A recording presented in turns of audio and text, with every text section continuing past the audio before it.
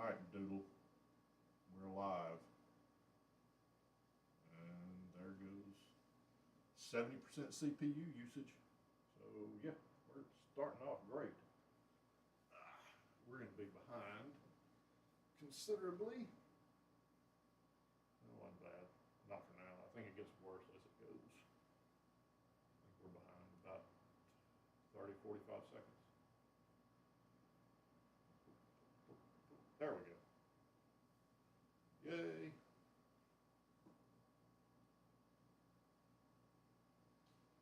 Hey, Jeanette. Jeanette's here, Doodle. She says hello. Ryan. Hey, Ryan. We got Jeanette. We got Ryan. Rosie Bear. I like that. And Marilyn. Hey, Marilyn. We got Jeanette, Ryan, Marilyn. I don't know if Steven's here. Haven't seen him yet. So we'll see. Maybe he'll be here. So how was everyone's week? I hope everyone had a good week, fun, productive, happy, something. So, all right. So two things I want to address quickly. Number one, we'll let everybody say hello. We'll let everybody say hello. Don't interrupt. Shut up, Scott.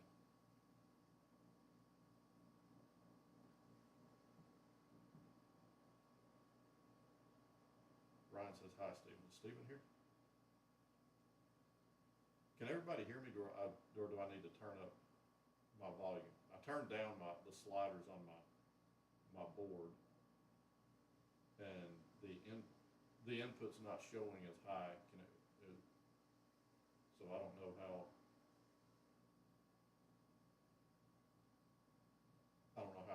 If I'm coming through loud enough. If I need to turn it up, let me know. Jeanette said hi, Stephen. Ryan said hi. So Stephen's looks like Stephen may be here. I don't know.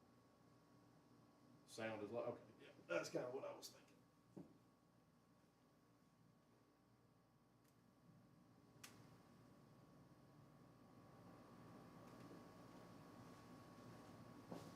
Okay. Is that better? Let me know if that works any better. I turned it up a little bit.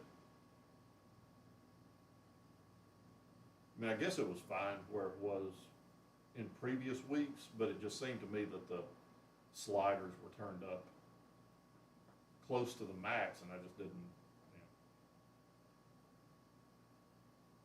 Jeanette said, I thought Steve was here. Marilyn says, much better. Okay.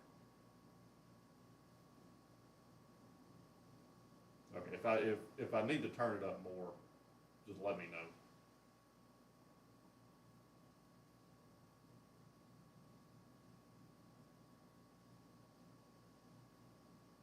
Okay.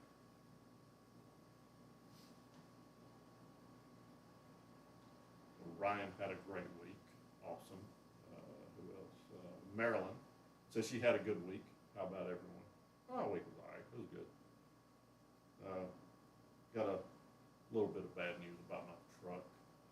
Not anything terribly major. Just more money. I'm not driving, but I'm in the car on my way home. So she's catching the Rosie Show on the go. Rosie on the go. That's how. I would say that would be a good segment for the show, but that's also a good segue into this next. Marilyn, oh no, what news, Scott? Well, the news is so my air conditioner that I just paid to have fixed went out and took it back to the shop. Turns out it was a connection that had come loose, so they took care of that. That was no big deal. But in the course of doing that, then they discovered something that they had missed before, and I understand how they could miss it. It wasn't something obvious, and it wasn't something that they would necessarily look for. But when the drive shaft fell out of my truck, the put enough lateral force on the transmission that it cracked the transmission bell housing, the case. So, yeah, so I've got to take it back to the shop, and that's got to be welded. So thankfully, it's not going to require a new transmission, which would be several $1,000s. So it's just going to be, I think it's going to end up running me about another $1,200, because they've got to take the transmission out, weld the crack, and then put the transmission back in. So, yeah. Oh, it's just money. So, well, anyway.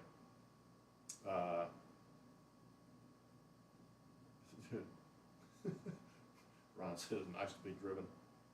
Jeanette has a chauffeur for today. Nice. Awesome. Nope, Ryan, that was one of the first things that the guy asked me, is if it was leaked. So it's not leaking. So it's just the bell housing where it connects to the engine. So all the seals are good.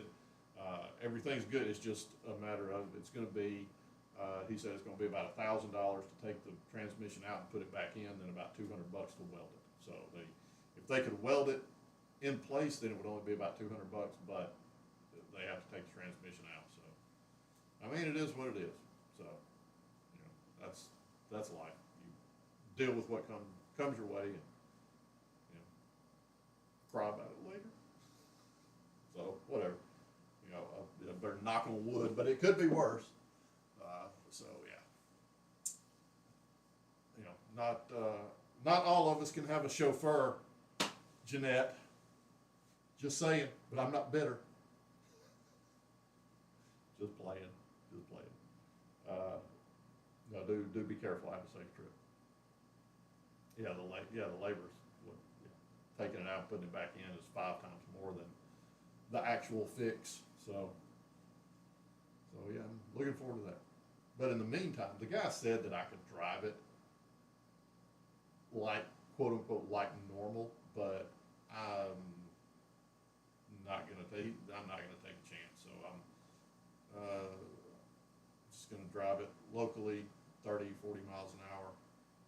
To go to the grocery store and whatnot. I've already communicated with my customers and said, hey, I can't get to you until week after next. So it is what it is. Not all of us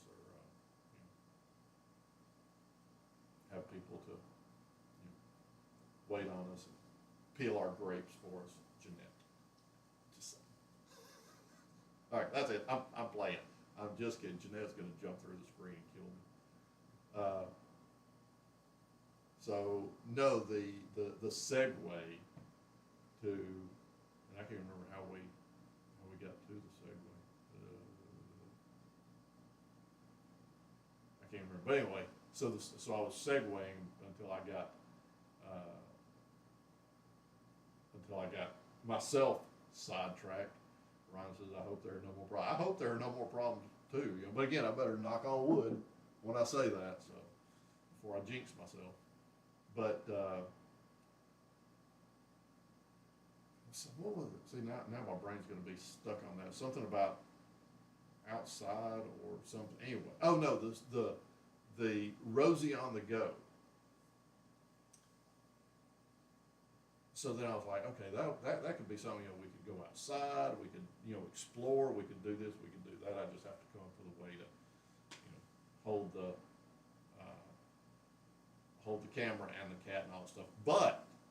But I can go ahead and shoot that idea completely down.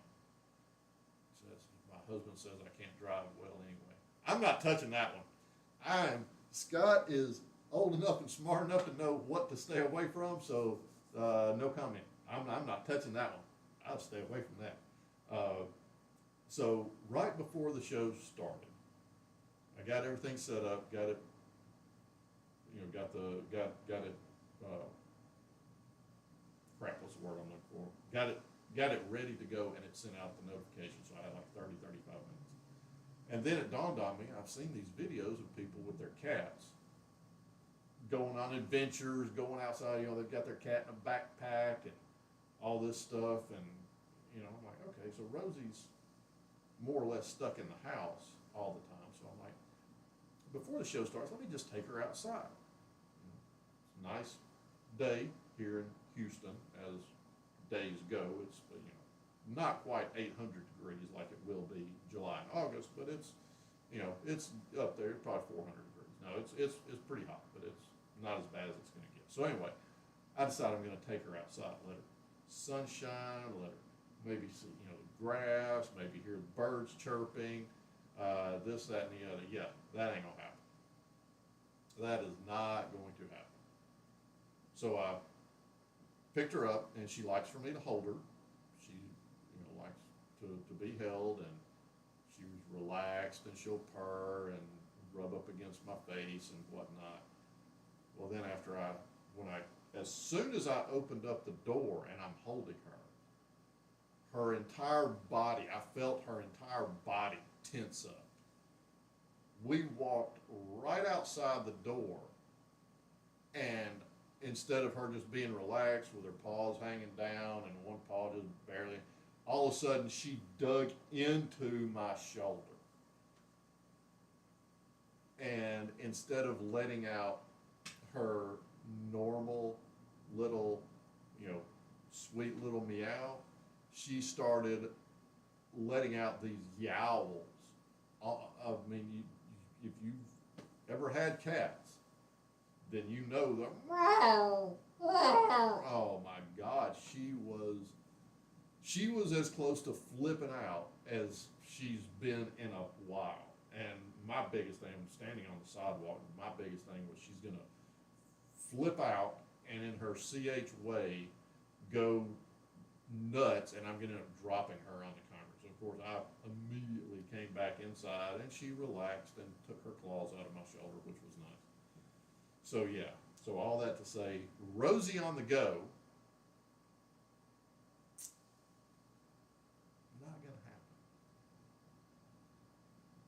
So it was almost a nice idea that I came up with, but yeah, she was not happy with it. Marilyn said that sounds good. Yeah, it's a different yowl. Ryan said he's heard. Yep. Yeah, she was not happy, but once we came back inside, then she immediately relaxed and was good to go. And she's been doing this ever since. We came back inside, I put her on the sofa, and Rosie on the go was a big no. You got it, Marilyn. Yeah, she put the squash on that one quickly. So yeah, but yeah, we had when I was married, and me and my then wife were doing cat rescues. She brought one. She actually got one the morning that it was scheduled to be put down. I think I've talked about Dusty before, and when we first got him, then he did that because he was blind and in a new place yet again, so he was scared, and it took. I thought I was going to end up having to put cotton balls or something in my ears, because for the first, I'll say, day and a half, maybe 2 days, he did nothing but, if we didn't pick him up and hold him, then he did nothing but lay under the bed, and on my side of the bed, by the way, and do that yowl for about a day and a half or 2 days, just constantly. He'd finally wear himself out, I guess, and go to sleep for a little bit, but then he'd wake up, and it would, and of course, just had to let him get it out of his system. But he was not happy. So that sound is when they start doing that, they're not happy about something. I just don't think Scott would push a stroller. I wouldn't necessarily not with her, because she'd end up flopping out of it. So yeah, there's nothing wrong with it. My husband will not do it. Yeah, I mean, you know, most guys, but most guys aren't cat people either. So, you know, most guys aren't even guy. You know, most guys are dog people, and they're generally, you know, they're not Chihuahua or Bichon Frise type dogs. You know, they're something, you know, Lab, Shepherd, Pit Bull, you know, something. But yeah, but no, you know, there definitely won't be a stroller with Rosie unless it's in here, and I just stroll her, go get a stroller and ride her around the living room. Because if she flops out, then you know, she's got plenty of padding to land on. But no, outside stroller, the tuxedo nightmare, no. No.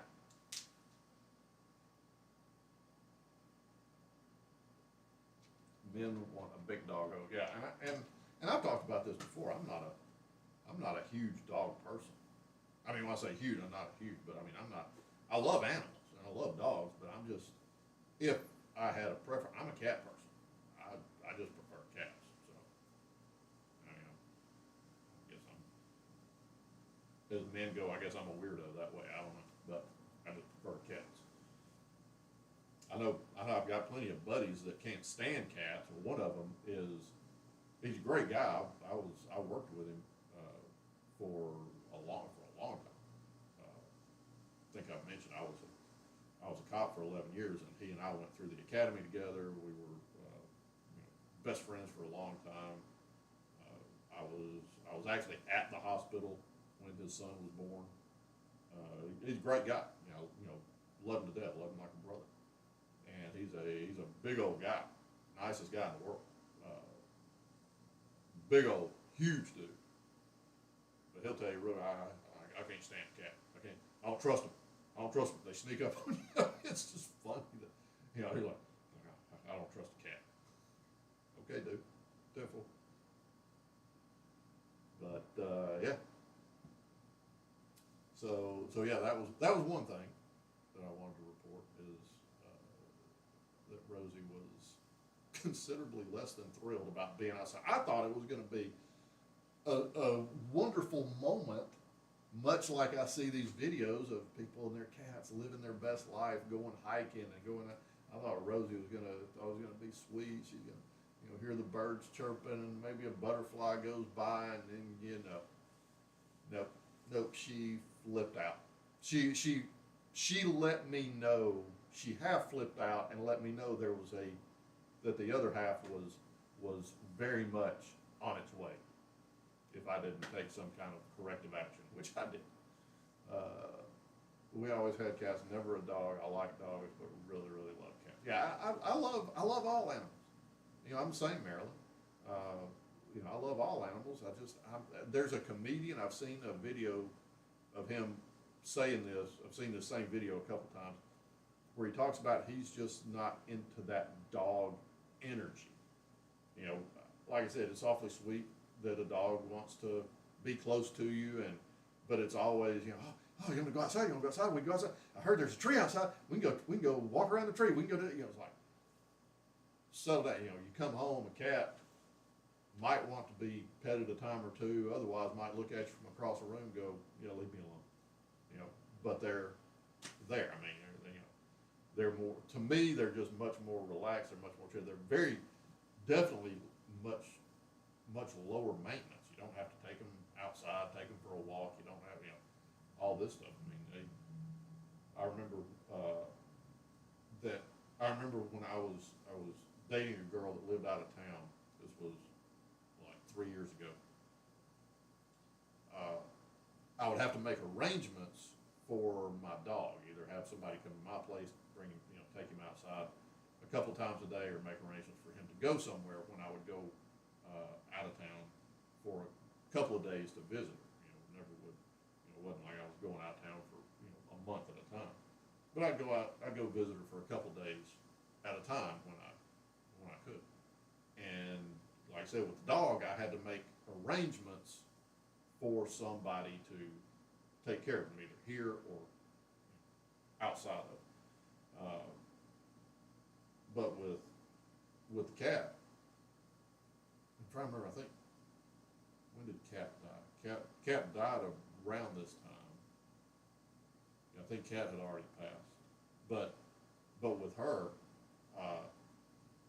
I'd give her an extra large bowl of food and water, and an extra large litter box, fresh cleaned, and she was good for a couple of days. And like I said, for the dog, it was either arrange somebody or find some other means for him to have food, water, a place to go to the bathroom, things like that. So, I mean, I would have to make arrangements, like I said, one way or another. So that, dogs are just more energy. I mean, they're like, they're just more maintenance, and that's a bad thing, but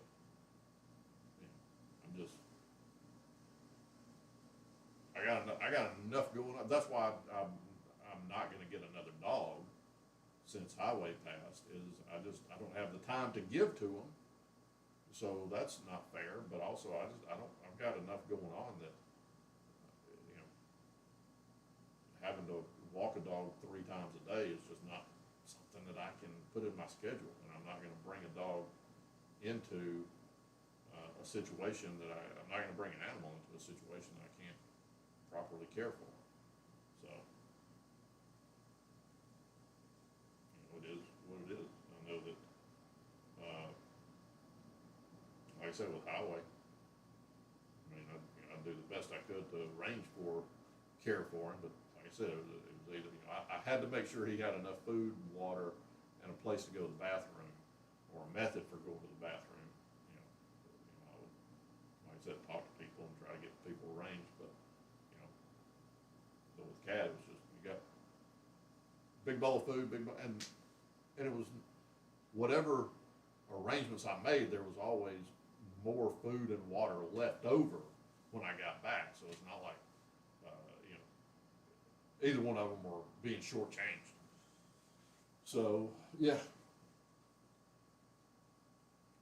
Marilyn says, yeah, the energy, some dogs are crazy, yeah. But yeah. So now, on to the other piece of news. This is why I was seeing if Stephen was here, because I wanted to comment on something that he had mentioned last week, and it was with regard to, we were talking about Sasha and the fact that she, I think I posted the picture or the video of her, just staring at me with her tongue sticking out, and he had mentioned maybe she's missing some teeth. And now this week I tried my best to look, but of course her being feral, I can't just grab her face and open up her mouth like I can with her. She would tear me apart, even though she loves me and loves for me to pet her and all this stuff. But that would be outside of her very tight boundaries, and she would let me know. So, but I did do the best I could to look while she was eating, and all of her canines not only are there, but they're all sharp, they're all intact, they're all clean, white. I mean, there doesn't appear to be any issues with regard to her canines. The little small ones up front that she uses to clean herself and to do various whatever other things. Based on the fact that her canines look as healthy as they do, and the fact that she's just a little over 3 years old, I'm inclined to say that that her, even those little bitty front teeth are all there. And it's not something that she does all the time. I think it's only, to be honest with you, I think it's only when she's like really relaxed and kind of doesn't care. Because once something happens, if a noise happens in the background or something, then she goes into feral cat mode, and it's, ears up, alert, all this stuff. Whereas a lot of times when her tongue is sticking out, then you can tell by the fact that her eyes may be half closed and she's just really relaxed. And is Rosie bored with us? Yeah, probably. Uh, but yeah, she seems to have all her teeth. So I wanted to address, let Stephen know that I checked, and by all appearances, all of her teeth. I think it's just that she gets really relaxed. I know that when, again, years ago doing cat rescues, we had one cat in particular that when he would get really relaxed, he would sleep with it not only with his tongue out, but like he was suckling on his mother. I think it was a relaxation thing for him, but Spock would sleep for hours, and I think I've got on an old phone, I may have a couple of videos, I'll see if I can dig them up, where he is just knocked out. I'm talking about just out, dead to the world, so to speak, for hours, but just laying there doing this. So, I think it's just extreme relaxation. I think that may be what Sasha's doing sometime, every now and again. She doesn't do it all the time. A blip, as they call it. Oh, that may be, okay, so that, I was wondering what that, I never heard that. Well, I'd heard that there's a cat that I follow, Gremlin, that Gremlin is missing part of her jaw. I can't remember if it was an accident or an illness or what, or a birth defect, but she's missing like part of her face, part of her jaw, and her tongue sticks out, on one side, like all the time. And she's cute as can be. So if you get a chance, go check out her page. I know she's got a Facebook. She probably has other socials, but it's Gremlin the Blep cat. So I didn't know what blep, and I was like, I don't know that. But yes, okay. So that's what that is when their tongues. Okay, that makes perfect sense. So yeah. So Gremlin the Blep cat. Okay, now that makes okay. So yes. Sometimes Scotty's not too bright. Yep, Rosie's back there yawning. Yeah, we're boring her. So, yeah. Sometimes I'm not the sharpest knife in the drawer, so to speak. Imagine that. What are you doing, Doodle? Hey, baby.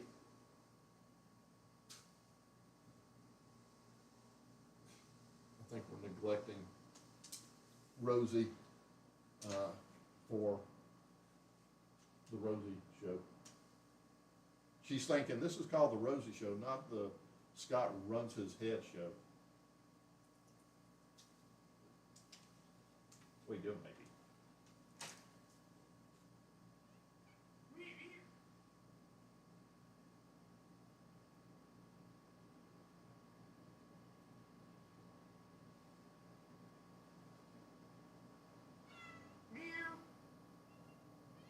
Oh, big stretch. Big stretch. It's about time for her to have her claws filed again.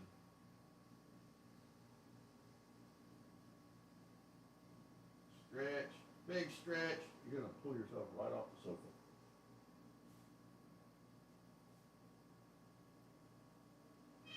Meow. Meow. What?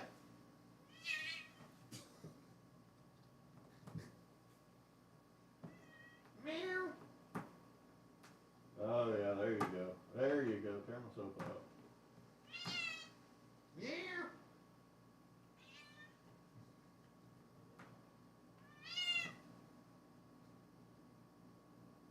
I get you.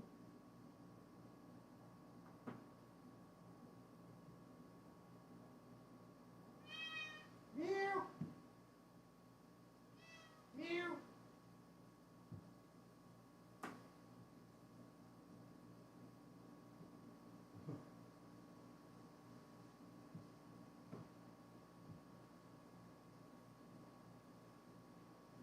Why are you pushing me away?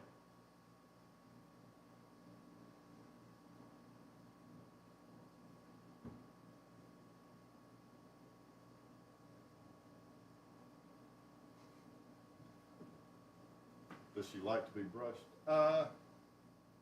She doesn't mind. I don't brush her that often. She's, as a matter of fact, I mean, you see how her coat. I mean, she takes care of herself. She's. I've said it before. She's very good at being a cat. Uh, I probably hadn't brushed her in a year or more. I mean, seriously. I mean, maybe two. I mean, I just there's. She keeps herself clean and groomed and yeah. What? Are you mad at me for waking you up?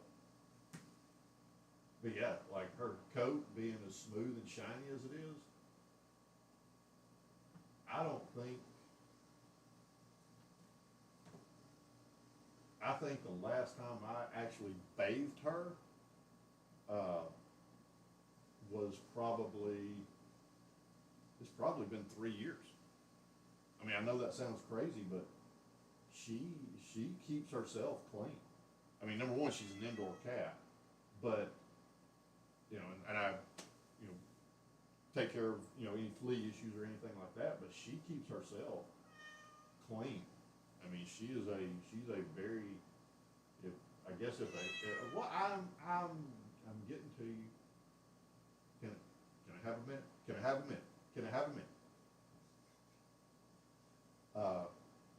I guess if there's a cat version of OCD, she may have it because she's, like I said, what you see, and I mean, and she's very soft. I mean, what you see is natural. That's what she does. She keeps herself clean. Like I said, I don't think I've given her a bath since 2022. So yeah.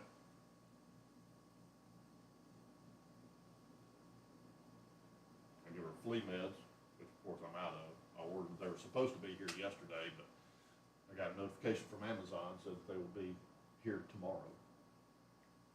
I have mixed feelings about bathing. My cat never goes outside. I have never bathed him. Yes, that's what, I don't, unless you just have a cat that has, my opinion is very much like Maryland, is that cats bathe themselves. They'll keep themselves clean unless you have a cat that, for whatever reason, is lazy, for lack of a better term, or has some kind of medical condition that they don't bathe, or they can't bathe certain parts. But other than flea treatment, then that's, if a cat ends up with fleas, that is either going to be detrimental to them or the household. I mean, if when I say, now of course me, if I see a flea, then I go full flea treatment on the house, the animal, the whole 9 yards. But if you got a flea and they pick it themselves, they clean it, they get it, okay, whatever, no big deal. I know that that's what can lead to worms, but give them a dewormer and they're generally good to go. But if they've got a bunch of fleas or they're infested, then yeah, they need a bath. But no. Marilyn says, I agree, Marilyn, but Pebbles, now she really loves to get in the shower with me. Loves, oh wow, that's awesome. That's unusual for a cat, but that's also very good. Yeah, if she enjoyed the water, then I would probably give her a bath more often. If nothing else, just water. If she liked it, just for her to enjoy it and be happy. But I promise you, she does not like the water.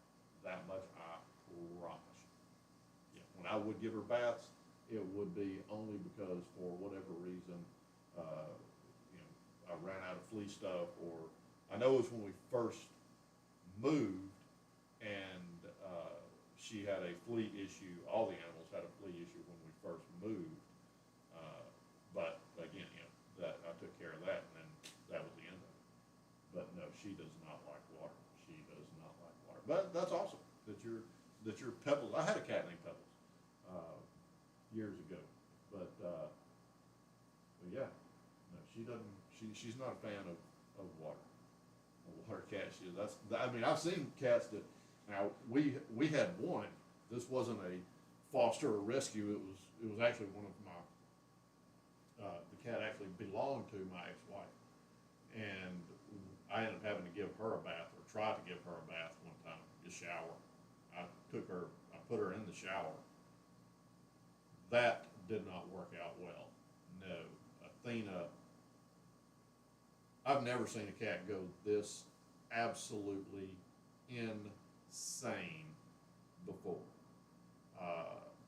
I put her in and this was the first, last, and only time I ever tried to give this cat a bath, shower, or anything. She ended up jumping, she jumped almost completely out of the shower, but she did end up jumping, grabbing a hold of the shower caddy that held the shampoo bottles and all that, and then from there, up and over the shower glass.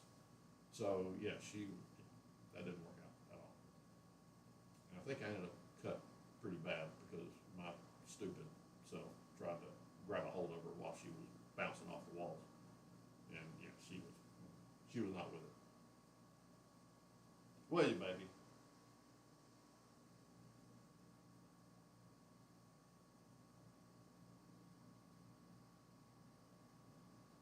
Hello? What, baby?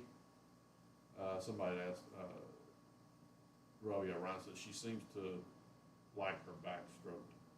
I would say yes, down to about the middle of her back. Once you start getting toward her back leg, her hindquarters, then yeah, she's not so much into it, Ryan.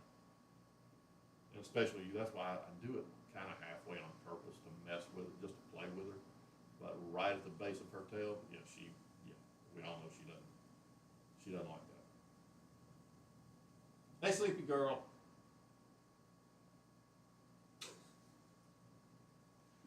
Rosie is apprehensive about the bath. Yeah, she's like, wait a minute, because I would always tell her, okay, time to get a bath. They can do real acrobatics when they're stressed or say, yeah, oh yeah. You're not getting a bath, baby. You're not getting a bath. Yeah, when I first moved here, then I think I gave her 2 or 3 baths because it was a cycle we had to go through. Had to give her a couple of baths, had to give Kat a couple of baths, had to give Highway a couple of baths. So, and she learned that as soon as she got taken, because I would give her baths in the kitchen sink, and my kitchen sink is a single bowl. It's not or single basin. It's not divided, so it's one big basin. So it was much easier to give her a bath than that. So anytime I would even just carry her in the kitchen, as soon as we went in the kitchen, as soon as we crossed the threshold and got on that floor, then then the yowling started. What is it, baby? I'm not going to give you a bath. You're not getting a bath.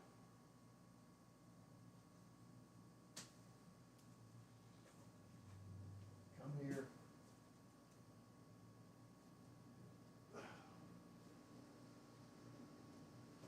Oh, ow, ow, ow. See, this is why I said it's time for your nails to get filed. You're not getting a bath. We're not going back outside. You're okay. Ow, ow. Yeah, your nails are definitely getting filed tonight.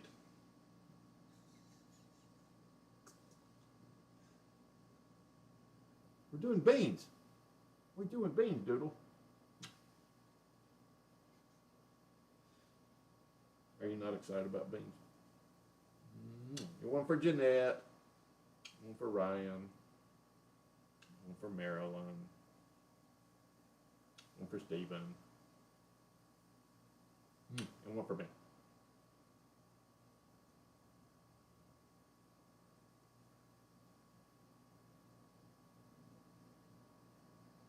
You're so lazy, you're so sleepy. Your claws are killing me.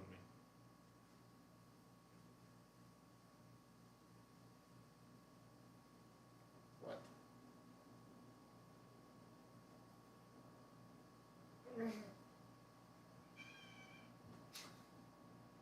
crash? What?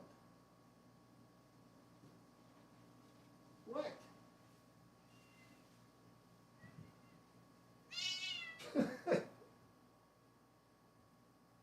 Touching your foot. Why is it every time I pet you, you have to, it's I'm not gonna have a sofa before too terribly long. Why do you have to tear up my sofa every time I pet you? Let me readjust the camera.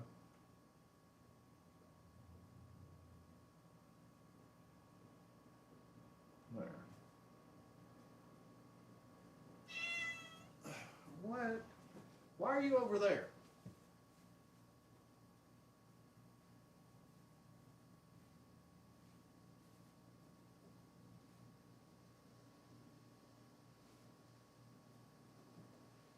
She's totally not interested. Normally when I do this, her pupils will get real big. There's no change. She doesn't even care.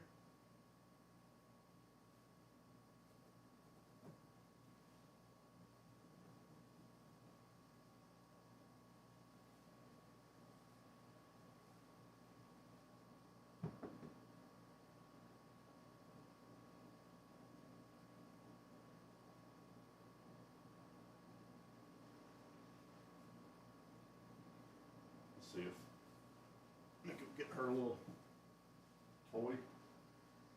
See if she's interested in that. You want your feather today?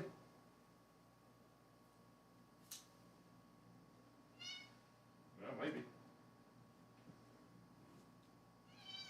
Meow.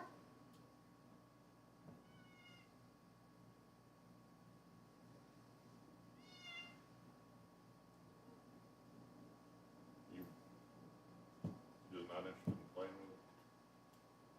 No, nope, nope, maybe.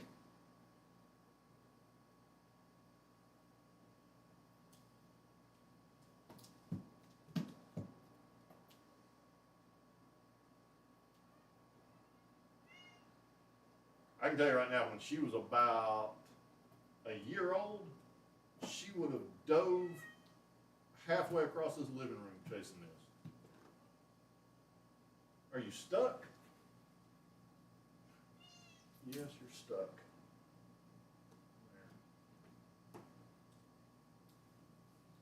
There. Get her claws stuck. Yeah, because her claws are too long.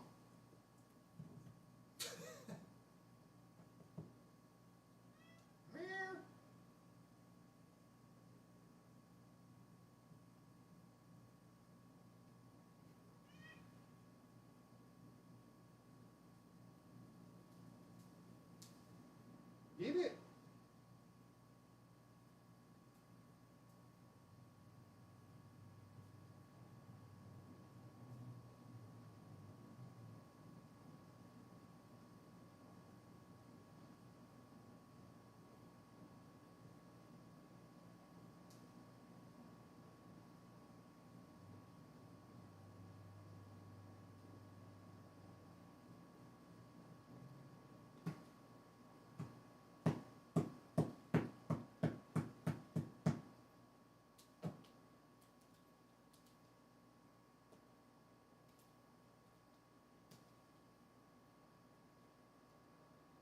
Ryan says, bless her claws. Yeah, bless her claws when she climbs up on me and digs in. Oh, yeah, I'm telling on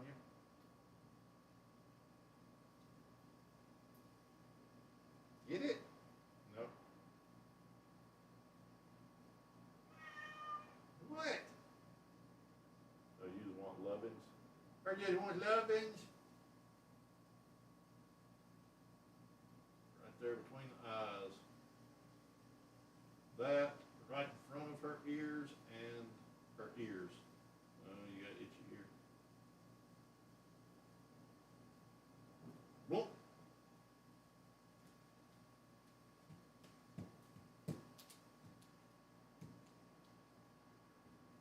Get it.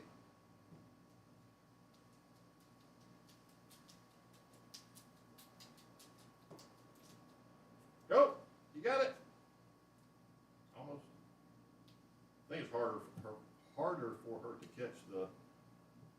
feather because she can't really dig her claws into it like she can those other toys. Scott, do you mind if I say something about the t-shirt? Yeah, absolutely. Go ahead. Go ahead, Jeanette.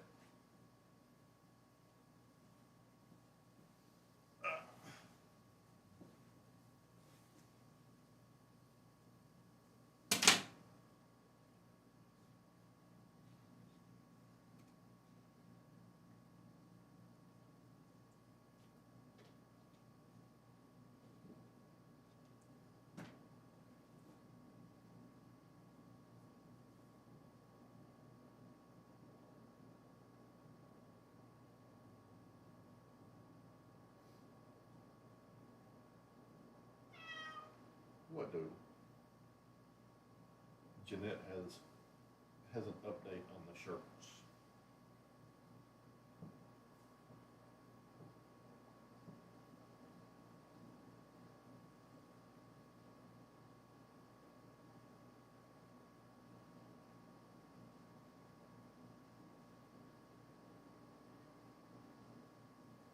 What, baby?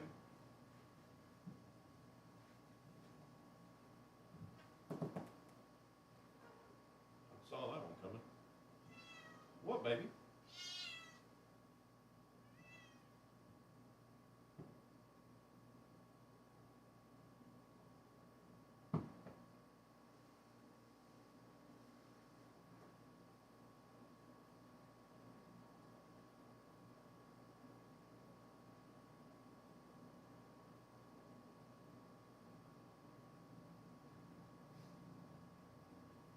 Yeah.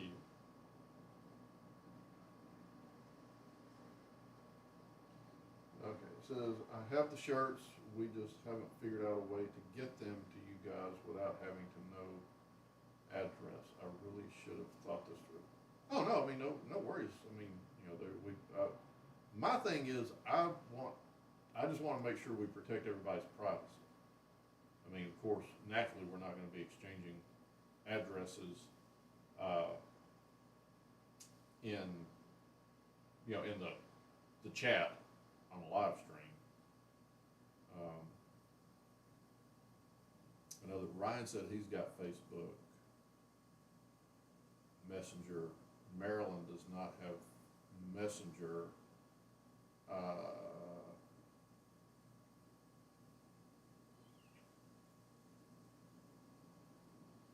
don't know. I don't know enough about. Does YouTube have a messaging? What, other than YouTube, Maryland, do you have any other socials that we could have that would allow for private messaging, perhaps for an address to be shared or something? Now, I will say that this week I should have more of an opportunity to go, maybe like Jeanette had mentioned, going to a UPS store, because since I'm not going to be going to a job site, since I can't drive my truck with a cracked transmission case, you know, I'm not going to take it up on the beltway doing 65, 70 miles an hour. But the mechanic told me that in the meantime, I'm perfectly safe to drive it around town 30, 35 miles an hour to go to the grocery store, things like that. So I'll have time, I should have time. I can run to the post office and, at least for the purposes of the show, look into a post office box, but also I can run to a UPS store and find out some of the details about if we could do like a general delivery to the UPS store closest to Maryland, and then have her, you know, then maybe let her know through Facebook, hey, go check with your local UPS store, something. And same with Ryan, you know, do a FedEx or UPS, you know, maybe if they could just let us know, you know, in a private message, of course, you know, a zip code close to them, that we could then find the closest UPS store to them and send it to that location. And then let them know, hey, it went to UPS store number blah, blah, blah. So, I think that may work. That's the only thing I could think of was UPS store. I know Ryan said he had one there across the pond. Sweet, yeah, across the pond. So yeah, so does YouTube have a messaging app? If not, then like I said, for Marilyn, if she's got any other way to private message, like I said, just if we just get a zip code, then we can find. Yes, we have UPS stores here. Awesome. All right, so yeah, we just need a private message and get people's zip codes, and then they can be shipped to the nearest UPS store to or in that zip code.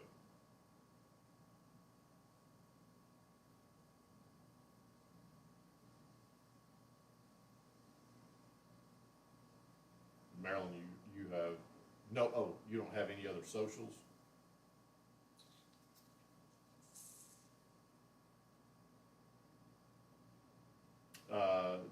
Do you have any other messaging apps? Like, I know Skype. Skype's not Skype anymore. I think they're now Teams. But if you've got any other messaging apps, just some way to get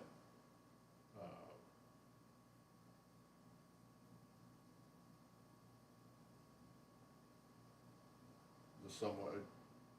Well, I mean, we know you're in. I know you've mentioned what part of the city you're in.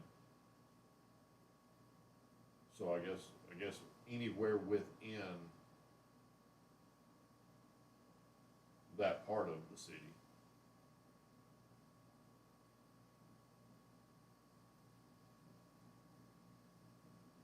Then we can see if there's we can find a UPS store or a FedEx or something.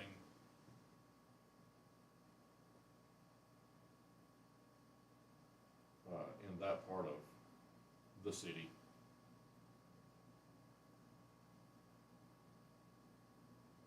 I think Ryan's got Facebook Messenger because I think he messaged me.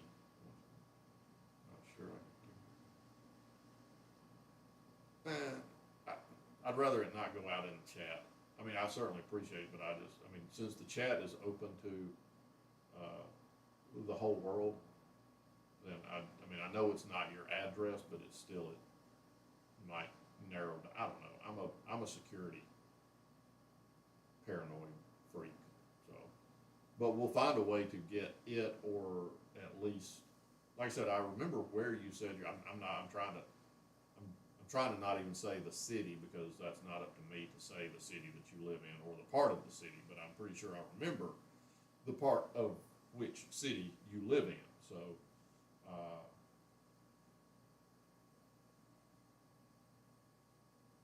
yeah, that's a good point, Ryan. WhatsApp or even email.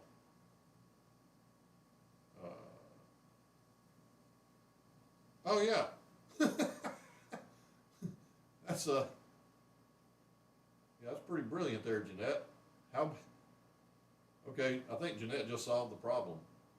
So if Marilyn just finds the nearest UPS store to her, then she can let us know. And I mean, that's not something I would figure is too specific, but just what store she prefers to have it sent to, then she can let us know in the chat. Yeah, send it to store number 785. And that's all. That store could be close to her, or it could be close to a friend that's 4 hours away. Nobody's got any way of knowing. But if that's the store she prefers to send it to, then yeah. So Marilyn, Ryan, if y'all just look up the store that you prefer to have your shirt shipped to, then that's something that can go out, that I feel would be pretty safe to go out in the chat. Yeah, I'm sitting here trying to make things so complicated, and Jeanette comes up with the simplest solution. So that's why Scott just needs to stay out of things sometimes.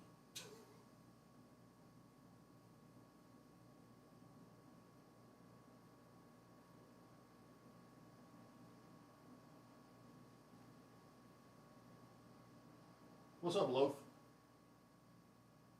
Don't worry, Jeanette has figured this out.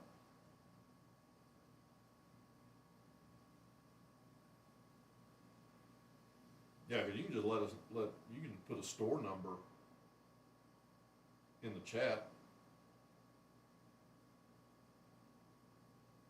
At least that way, you know, as long as you don't say, yeah, store number 785, that's 4 blocks from my house. If you go up 3 streets and make a left, then I'm the second house on the right. I mean, yeah.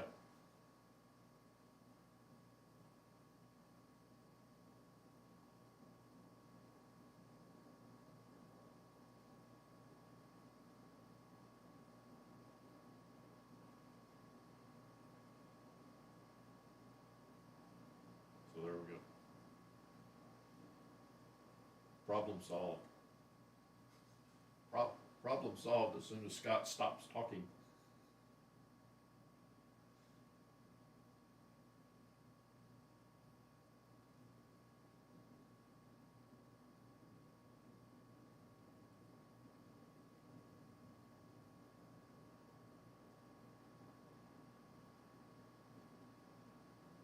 There we go.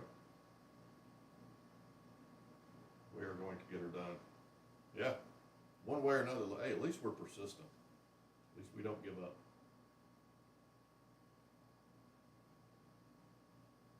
Hey, sleepy girl. Hey, sleepy loaf.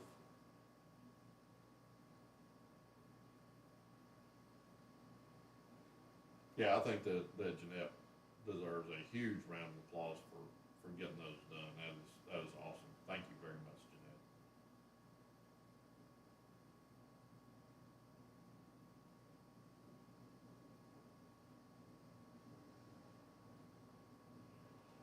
Oh, excuse me. Oh, Lord.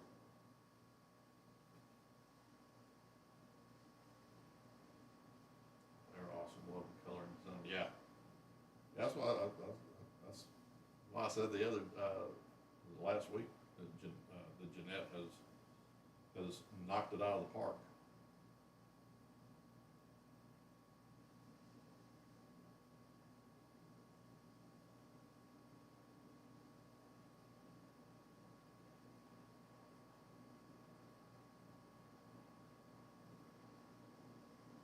Well, there we go.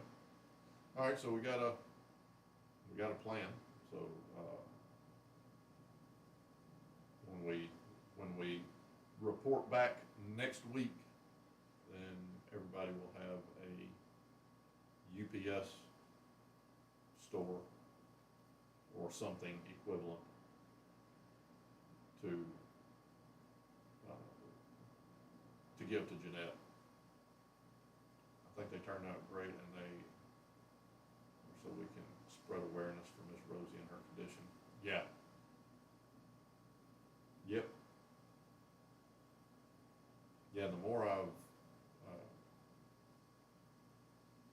seen, the more, you know, the stuff that gets sent to my, you know, For You page, then there's a lot more CH channels coming out than there used to be. So, more and more people are becoming aware of it. And I would certainly hope that Miss Rosie and our efforts were part of that. So, well, good deal, everybody. There we go. There's our plan. All right. Well, I'm going to go ahead and wrap it up there. I got some stuff I need to drop. certainly not gonna be doing a whole lot of driving, but, I got some stuff I need to do around here, so. Oh, goodness. Trying to fight the sleep monster, so. All right, well, good deal, everybody. So we will reconvene next week and have UPS-ish locations ready to report. So, sure sleep. So. Marilyn said, never realized so many kitties with CH.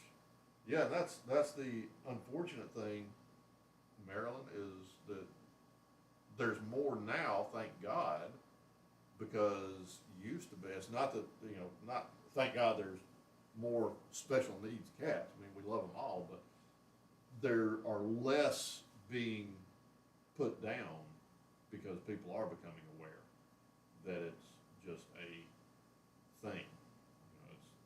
It doesn't make them any different. Maybe some accommodations have to be made as far as making sure that sharp corners of furniture are padded, or certain types or locations of litter boxes, because they may fall out of it in the midst of doing their business. But I think that there's a lot less being put down now because of it. So I think I mentioned it in the very first episode of the Rosie Show. One of the vets that we actually worked with when we were doing cat rescues, this was probably 2017, 2018, one of the cats that we worked with didn't even know what CH was. I mean, which was like, I was like, what? What? You're a veterinarian. How do you not know what? So, the more of them saved, some people have the means to help. Yeah. I mean, and that's the thing. I mean, with CH, it's not like a lot of other conditions that the animal can live a full, happy, healthy life, but they need this particular medicine once a week or once a month, which may get costly. With CH, it's just a matter of just keeping in mind that they fall down a lot, and making sure that your house, or at least the area of the house that they occupy, is relatively safe for them. That they're not going to fall down, and it's like where I store all my tools. There's no way I would allow her in there, because I've got saw blades, I've got razors, I've got various other tools that are just long and pointed, and I mean, she could just simply fall and drive some type of spiky object through her head, through her eye. I mean, I could, just a simple fall, like in here, where she flops over on the carpet, could result in death in the next room over, and where all my tools are stored. So, I mean, that's really the only accommodation, the basic accommodations for a CH. Like I said, a litter box. Her litter box situation would be a lot better if she wasn't, I guess, whatever the cat equivalent is to claustrophobic. She does not like an enclosed litter box, so she has to have an open one. So that means that one of the consequences is she doesn't fall out of the litter box hardly at all, but she's also a mild to moderate CH. She's not a severe. Plus, I keep the litter box in a location that gives her plenty of room to brace herself on, and she's learned to lean up against the wall, so she's not going to fall out the other side. So, but those are about the only accommodations for a CH. Make sure that where they fall is going to be safe, and you might have to deal with litter box issues from time to time. But unfortunately, a lot of them in the past, because of lack of awareness, or even awareness but inconvenience, then they would end up getting put down. So it breaks my heart to know that cats with her condition or any condition have to be put down. But yeah, well, and that's the thing, Jeanette. They don't have to be put down. People would just choose to put them down because they either didn't know what it was, what they were dealing with, or as bad as it is, they knew and didn't want to, didn't have it in them to go that extra effort. I mean, I can understand maybe they can't, they don't have the time to pad their furniture, they don't have the, whatever, but, okay, so put them up for adoption. Take them to a shelter, take them to a no-kill shelter, take them to somebody that knows what CH is. But, there's a lot of people that would choose to put them down. I had a shelter. This goes back to, I want to say this was the early 90s. I found a kitten and took it to a vet, took it to a shelter. And of course, I didn't know any better then. I was in my early 20s. And I was going to keep it, but they said, that they needed to test it for FIV and FIP. And okay. So they tested it. They said it tested positive for FIV. And before they said that if it tested positive for FIV, then they would have to put it down. And so they came back and reported to me that it had tested positive for FIV, and I started talking to them about, well, is there, does that transmit to people? But I mean, as I was talking to them, they said, oh, we've already put it down. I'm like, really? Really? What? So, yeah, they claimed they tested it, got the test results, and before they even came back out and told me what the status was, they had already euthanized it. So that was, that pissed me off. But as I've learned, cats can live with FIV. You just have to make sure that they don't, if they do interact with other cats, that there's a chance that they can, particularly if they get in a fight with or they bite the other cat, that they can pass the FIV virus on to the other cat. But there are plenty of cats that live with FIV. And now FIP, that's another one, from what I've been told is that there's two types. There's dry and wet, for lack of a better term. I don't know what the real difference is, but dry is not as bad, and wet is more or less a death sentence. And I will say that again, this goes back to when I was married and we were doing cat rescues. We did have one cat, a kitten. I say a kitten. Epona was she's probably 6-8 months old when she contracted FIP, and she had wet FIP, is what I was told. And she was how she survived, I don't know. But literally, I know this is gonna sound weird and maybe graphic, literally her face fell off. I mean, she had so much fluid under her skin, her body was retaining so much fluid and this, that, and the other. All the skin on her face came off.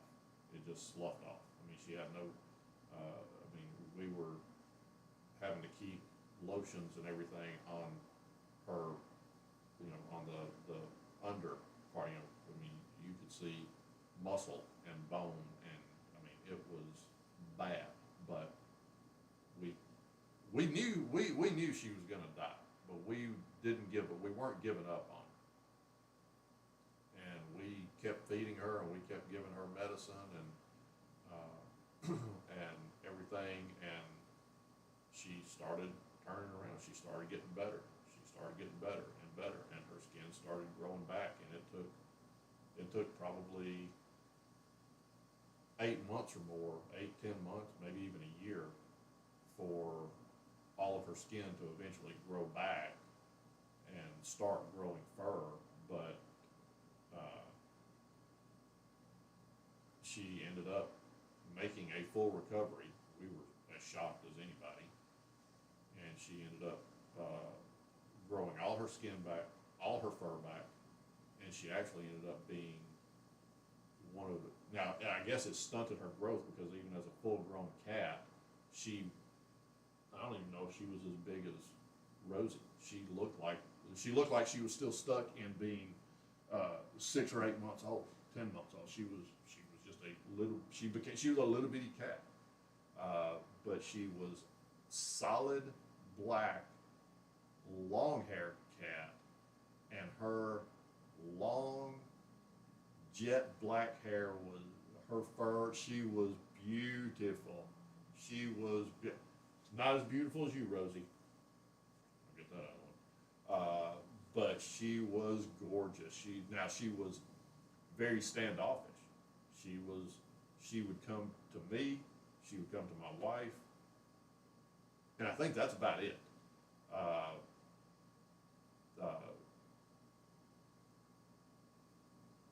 Nobody else. I mean, she would come to, and we could feed her.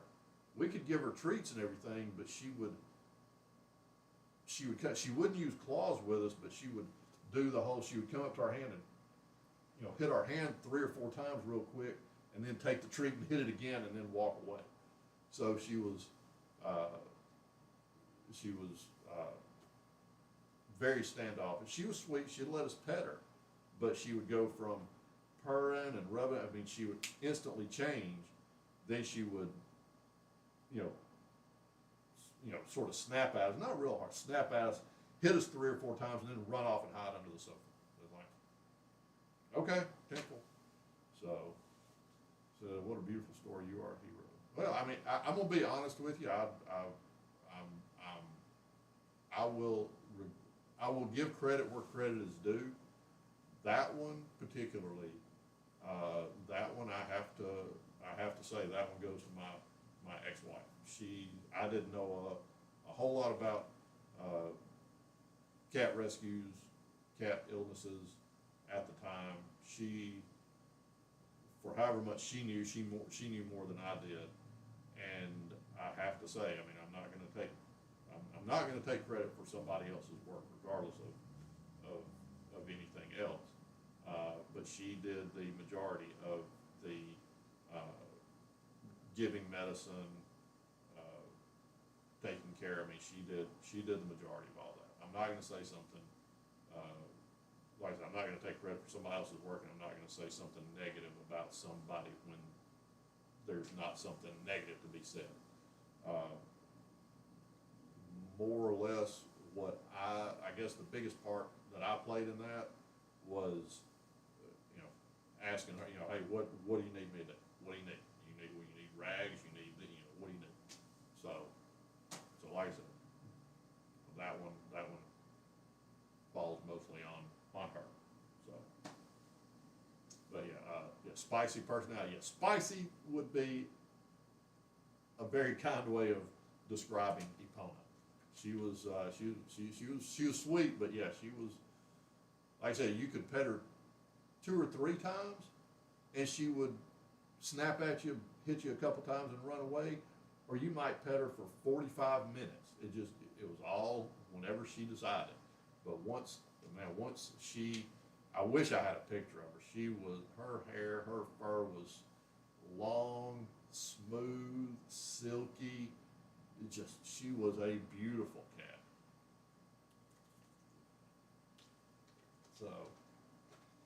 So yeah, it is what it is, and there were some that didn't have the happy ending that Epona did. But again, that's the way cat rescues go. We had some that unfortunately, we would lose to what she explained to me was called fading kitten syndrome, and that's where you have a perfectly healthy kitten, nothing wrong with it. It's playing, it's jumping around, it's eating, it's purring, it's this, it's happy, it's that, and the next day it's gone. What the hell happened? And it's just a thing. So, we had some like Epona that it was just a matter of time. It's like, okay, is this cat gonna make it the next 30 minutes? And, they would battle through and make it through some of the worst crap you could imagine.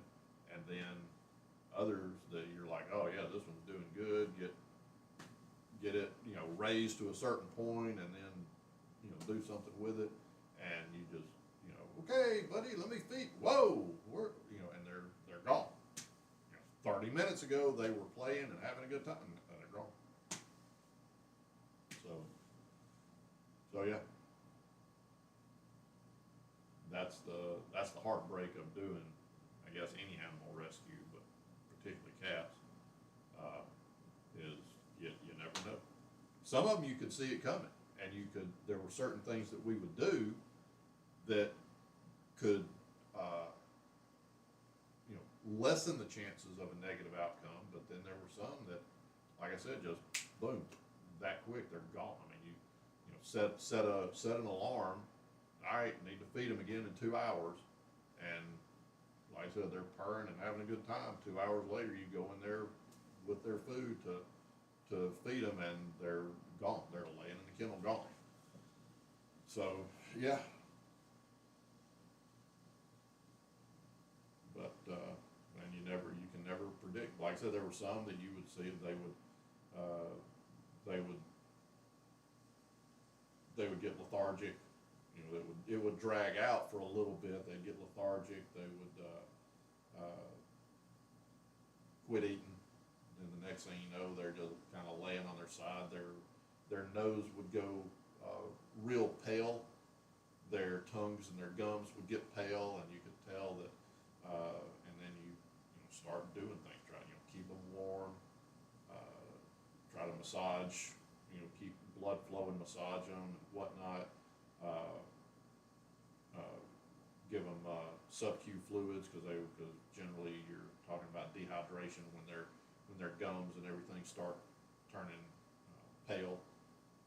So sub-Q fluids, meaning pinch off a spot on their back and you put a bubble of fluids. You got an IV bag, a saline bag or something, with just fluids, and with a IV, shove it in there, just under their skin. And what you do is you just put a bubble of fluids under their skin, and it'll be a bubble. It'll bubble up on them, and but those fluids will slowly be absorbed into their body, and that'll help keep them hydrated. I mean, because putting an IV, particularly in a small cat, you're going to be hard pressed to. You can put an IV in a cat and then tape it off and everything, but if it's running to a line, all they got to do is move over and it can pull it out. I mean, you see cats that are in the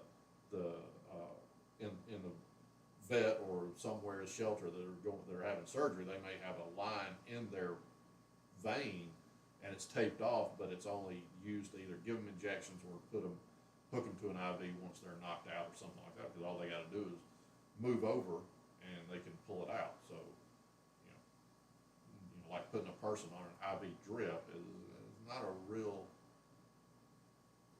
not always successful with cats. So that's why you do sub-Q fluids. You just put a bubble of fluids under their skin and then come back a couple of hours later.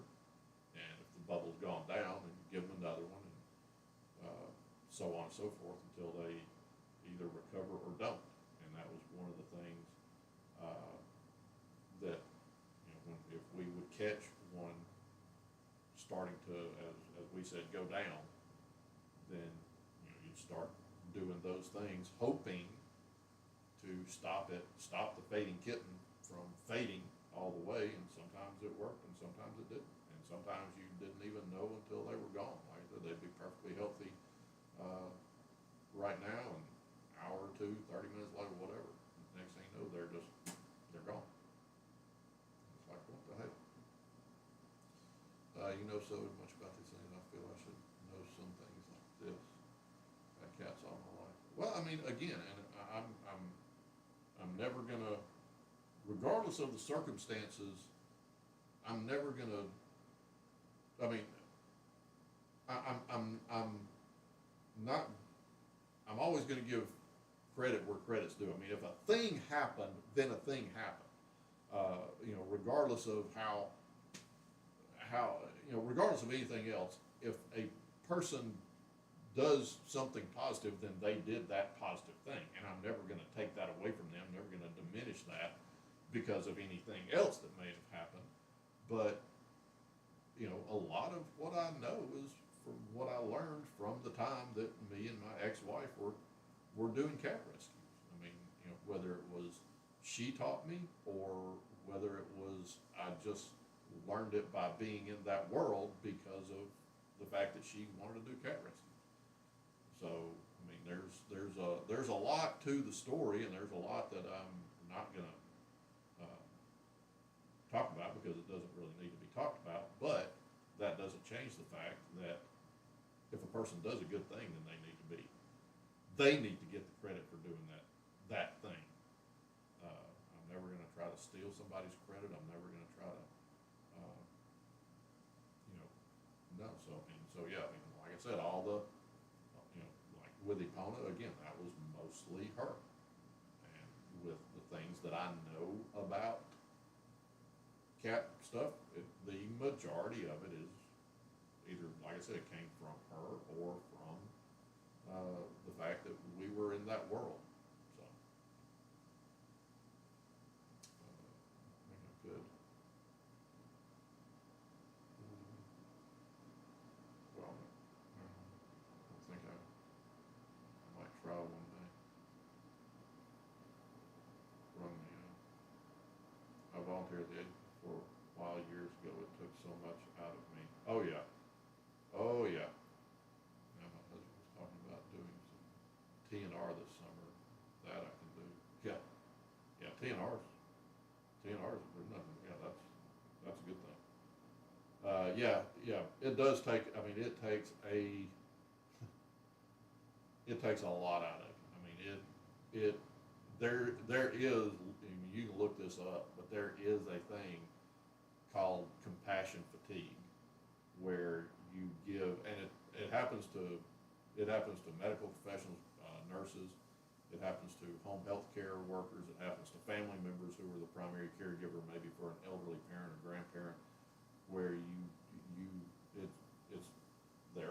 it's called compassion fatigue. And a lot of people that deal with animal rescues and things like that, they also, it's a type of PTSD where you've given so much and you've put out so much emotional bandwidth that it's almost like you reach a point where I can't take it anymore. I can't do it anymore. And I will say that I have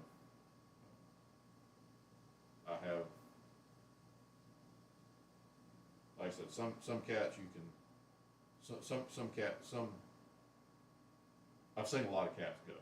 I'll put it that way. I've seen a lot of cats not make it, and it wears on you, especially when you know that they didn't have to not make it.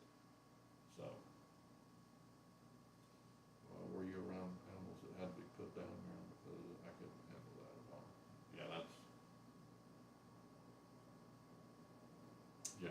Yeah, that's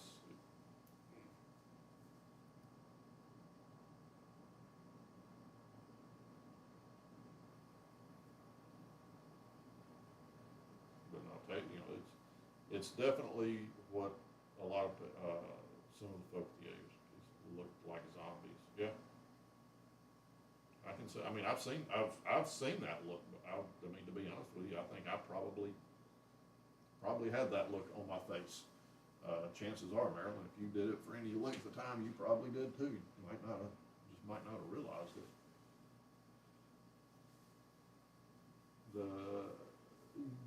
The ASPCA, yeah, I believe they do.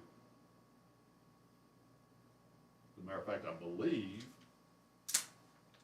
correct me if I'm wrong, the ASPCA is really not that good of an organization. I think we had mentioned it once before, where the head of the president or the head of the ASPCA, there's a lot of money that gets donated to them. There's a lot of money that gets funneled to them, but the head of the ASPCA was, I don't know if they still are, if they've been removed or what, but they were getting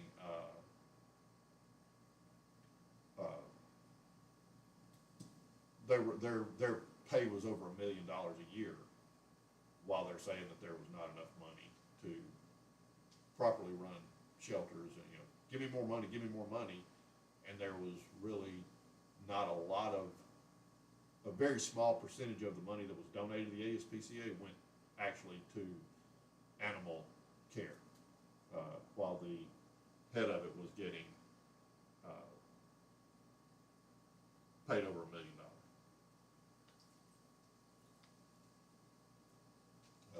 We went over the black book names of people to never give kittens to. Yeah. Frontline people, good people, people at the top, not so much. Yeah. And I think that holds true, Marilyn, for a lot of quote unquote charities, a lot of nonprofits, because they have tax exempt status and certain protections by being a charity or a do-good organization, that there's a lot of grift that people will use the good nature of other people, prey on their kindness for donations, and then it goes to, you can look at charity after charity after charity after charity. When I was a cop, there was one. What was it? Was it the United Way? I think it was the United Way. God, who was it? It might have been the United Way. But once a year, there was a big donation drive at most cities to give something to the, give something to the United Way. That doesn't sound right. It might not have been the United Way. Oh, it may, anyway. But there was usually, this organization lobbied most cities across the country for donations. It was a big, like an annual donation drive. And the cities like to have 100% participation from their employees, be it police department, fire department, management, city council, get everybody in the city to donate something. That way they could get a plaque that said that that their city 100% supported this organization, this national organization.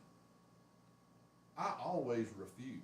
As a matter of fact, whoever it was that there was like 3 of us in the police department that said, no, we're not donating, because the head of it lived in Atlanta and lived in I want to say it was about a $8 or $10 million house, and had like 14 exotic cars. I mean, the head of this charitable organization, this tax exempt organization, was making millions upon millions upon millions of dollars a year. That was all from donations. But the way they had it set up, it wasn't illegal per se. But I kept telling them, no, I'm not donating. I'm not donating. And they kept hammering me, come on, just, just give $1. Just, we can get that plaque, we can get that certificate, blah, blah. And I used to tell them to go F themselves. Leave me the F alone. Get the F away. I mean, I used to, tell them I'm not done. And they're like, hey, we'll just donate $1. Can I put in $1 and put your name? I'm like, you can take your money and do whatever you want with it. If you want to put my name on $1 and say, well, that's your business. But I'm not giving them an effing dollar. I'm not donating to a charity that's supposed to help people while the head of this charity is living in a $6, $8, $10 million mansion driving 14 exotic cars. And I mean, there was one day I about came between me and the person that was in charge of getting donations. We about came to blows in the locker room, because I told him, like, I said bad, I said bad words. So yeah. But yeah. Ryan says, who needs $1 million a year? I do, Ryan. I do. Look, I've got no problem with somebody making $1 million a year or $1 billion a year. If you have a product or a business that provides a service that serves a need, or this, that, and the other. If somebody wants to charge $100 to paint this living room, so be it. If I want to charge $500 to paint this living room, so be it. If somebody, if you don't want to pay $500, pay the guy that'll do it for $100. I know what I'll do it. I know the kind of work I'll do. So I mean, but that's the way the free market works. But I'm not going around just knocking on people's doors saying, hey, give me $500. I got no problem with the free market system working. I got no problem with somebody making $1 million. But if you're making $1 million only because you're able to run around and do that, no, you can keep your hand out of my face. They've got some courage to stand up to these people. That's true, but I'm the kind of person that at a certain point I've told you no. I mean, at first it was like, hey, someone, everybody done that. Hey, Scott, we need to get you to, sign me. What they originally wanted was me to sign up to do like, $50 a month out of my paycheck. And I'm like, okay, whatever. But at a certain point when I've told you no, and now we're going on, 2 or 3 months that you've been hounding me, and you've also been recruiting other people. They would actually go to other people and say, hey man, can y'all talk to Scott? Try to get him. I'd have 2 or 3 people try to, guilt trip me in the roll call room, or sergeant try to pull. Come on, man. And I mean, at a certain point, I just get so fed up with it. It's like I turn into a jerk. It's like y'all have asked me. I have politely declined. Now that should be the end of it. So my husband took down a county-run facility here in Georgia because they were actually abusing cats and dogs bad. This was bad. That's awesome. I mean, not awesome that they were abusing it. Awesome that your husband took them down. Yeah, that was. I've seen a lot of stuff, and I've seen a lot of stuff. I've seen a lot of stuff. I'm going to leave it at that. Yeah. I know that there was one. I think I mentioned Boris. It was the local shelter here had, or the word I got was that they had shut down a kitten mill, and it was one of the cats was that they used, a male that they used as a breeder was a Sphinx, the hairless cat, and in order to keep him at least healthy appearing, then they kept him, for no reason, they kept him doped up.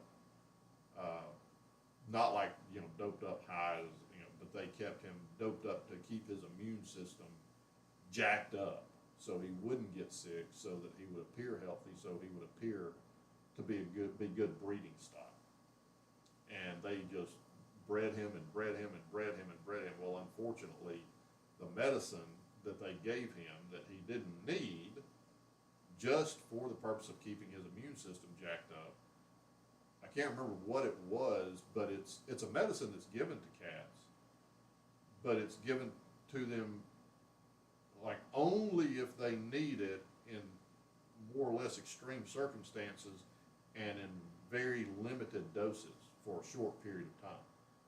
Well, he was given it basically from the time he hit maturity, just for the purpose of keeping his immune system strong, but the downside is it destroys your kidneys, or destroys a cat's kidneys. And even though he was only about, I'll say about 3 years old, when the shelter shut down the kitten mill, his kidneys were already beyond repair. They were already so damaged that there was nothing that could be done. And he was the sweetest cat I've probably ever met in my life. And we took him in, and we had him for maybe 2 weeks before he died, just from kidney failure, because over the course of however many years, a year or two, 3 years, whatever, however long that this breeder kept him doped up, it just destroyed his kidneys.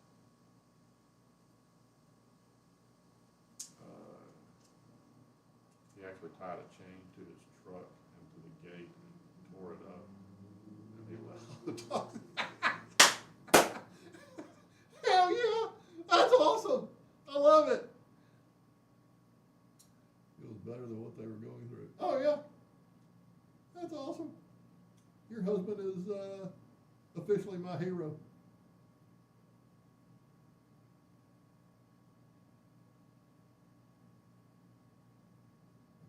I mean, it's bad that the dogs and cats got out. I mean, we're now out, but like you said, it was better than what they were going through. Because I'm telling you, that unless people have at the very least rubbed shoulders with the,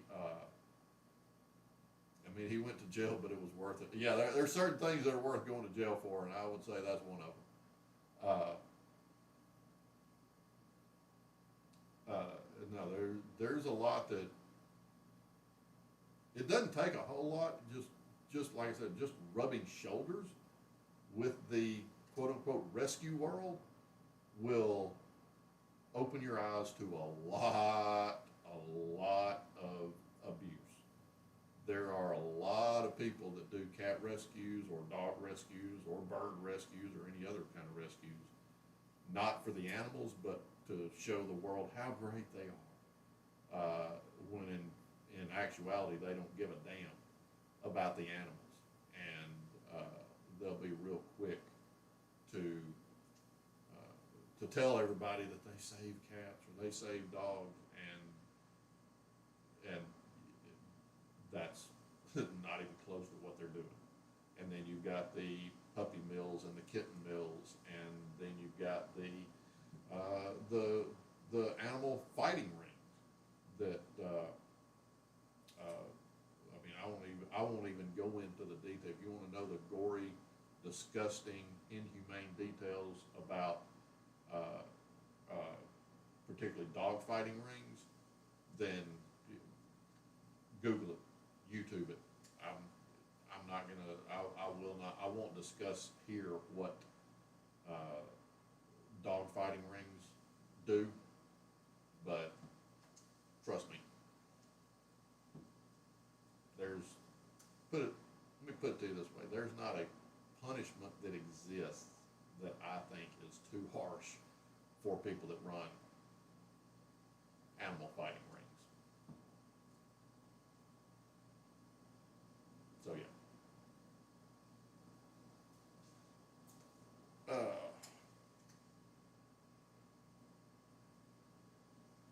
Yeah, your husband is Marilyn says that he's a beast. He's my hero. That just put him way up there.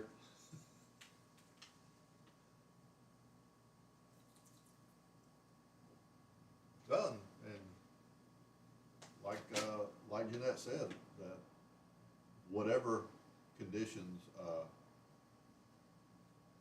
those animals were living in is worse than being out on their own. Even if being out on their own, they ended up falling prey to some predator. At least it may have been quick, as opposed to being drug out over a period of time, being abused. Why and how do people do such things? Just yeah, trust me, Jeanette. There's been things that I've seen that just make me scratch my head, you know. And yeah, Michael Vick. Yeah, yeah. I started mentioning that a minute ago. I got sidetracked. Yeah. I honestly don't. I probably have more. This may sound weird, but I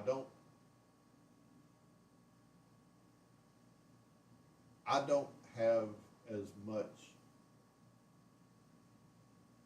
What's the word I'm looking for? I don't have as much compassion for people as I do animals.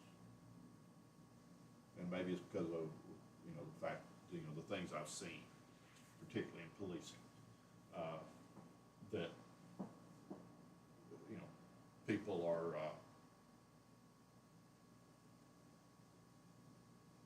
I care more for animals than I do people in general.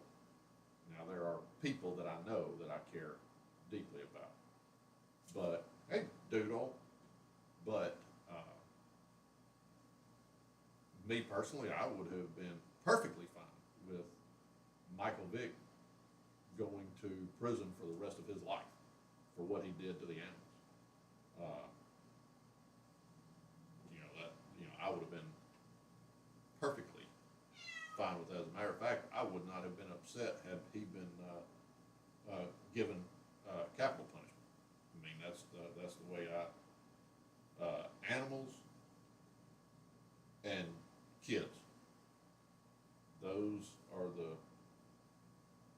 actually, I mean, it's like animals, kids, and women. That was always, when I was policing, those were the ones that not just me, but a handful of other officers that had that our moral compass pointed in the right direction. Those were the things we were not going to tolerate, being abused. And as a matter of fact, the very first homicide that I went on, it wasn't my call. I was only like, I don't even think I was a week out of the academy. I was still on the training car, and there was a girl that had graduated in my class, so she was still on the training car as well. But it was her and her training officer's beat that this call went out on, and then me and my training officer got sent over there just to help secure the scene, while the girl that was the other rookie and her training officer were working the call. And we get there, and my sergeant, you know, tells, you know, me and my training officer, you know, hey, I need y'all, you know, y'all just, you know, stand by, you know, set up a perimeter, you know, kind of thing, blah, blah, blah. And everything was fine until I found out exactly what the call was, and at that point, I did something that caused my sergeant to physically restrain me, and why I didn't get fired, I don't know, because I didn't have my year in, and you know, the cop, you know, until you get, quote unquote, get your year in, you're still on probation. You can be fired because they don't like your haircut, and there's nothing you can do about it. But he had to physically restrain me, and then told my training officer, get him out of here. So we left, and another officer came and secured the scene. But the call was a guy had beat his 2-year-old nephew to death. And, of course, laughing and cutting up in the front yard here at like 2 o'clock in the morning. She's laughing and cutting up while the medics are inside working on her 2-year-old that her brother had beat to death. And she's laughing and cutting up in the yard, and I kind of went after the family. I was a little upset. So yeah. So I've seen pretty bad stuff, and I have seen what people are capable of, and not a lot of it surprises me, but that's why I probably care more for animals. That's why animals, children, and women. Those were the three that was gonna set me and a handful of other officers off. So. What am I trying to say? Thankfully, I'm in UK, there's the body shop and others that never, so much is pure BS, useless, unnecessary, horrible. It's really like that.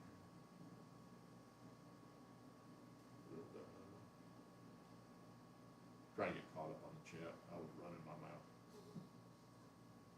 This brings up the whole issue of medical testing on animals. Oh yeah. Thankfully, in the UK, there's the body shop and others that never test animals. Yeah, it was.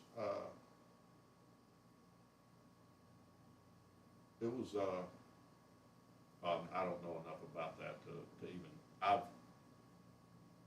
There is something that I have heard different stories on, but I need to, before I comment on it, then I would probably need to do a little bit of research, because I don't like to comment on things that I have just heard a little of this or a little of that, and then end up speaking out of school. So, but yeah, medical testing, or not just medical testing, but testing things on animals, cosmetics.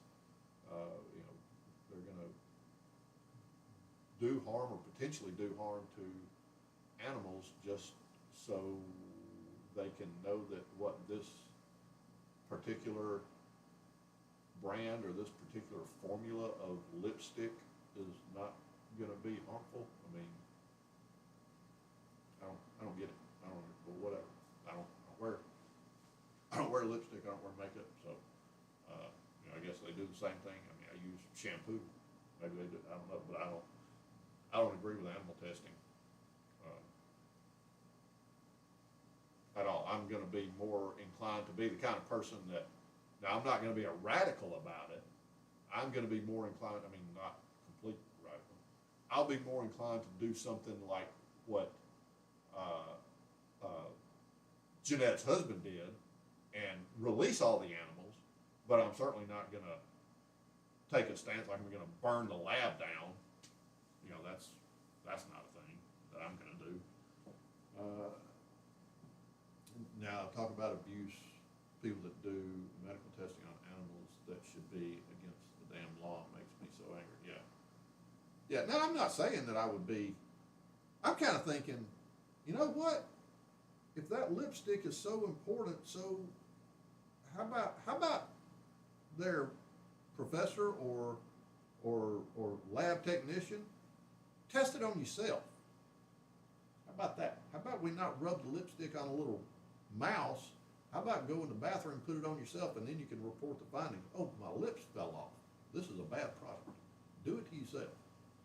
Do it to somebody that gives informed consent. I'd sooner have the lipstick burn me. Yeah, that's what I'm saying. I mean, an animal can't give consent, and most of the animals that are used in testing are. There's a reason that they don't use, Tasmanian devils to do animal testing. There's a reason they don't use honey badgers. There's a reason they don't use grizzly bears.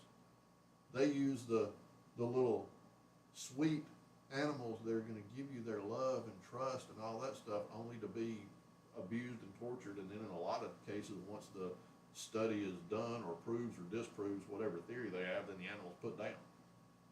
You know, let's try go put the lipstick on a polar bear. A lot of people don't realize polar bears are probably more aggressive than black bears, brown bears, grizzly bears. Polar bears are, they are vicious. Go put some lipstick on a polar bear. Go test it on that. See how that works out for you. Tell you what, go to Africa and go put some lipstick on a hippo. How many people do hippos kill a year? Go put some lipstick on a hippo. Go try this shampoo out on a male lion, or even a lioness in the wild. Not one that's been raised by people.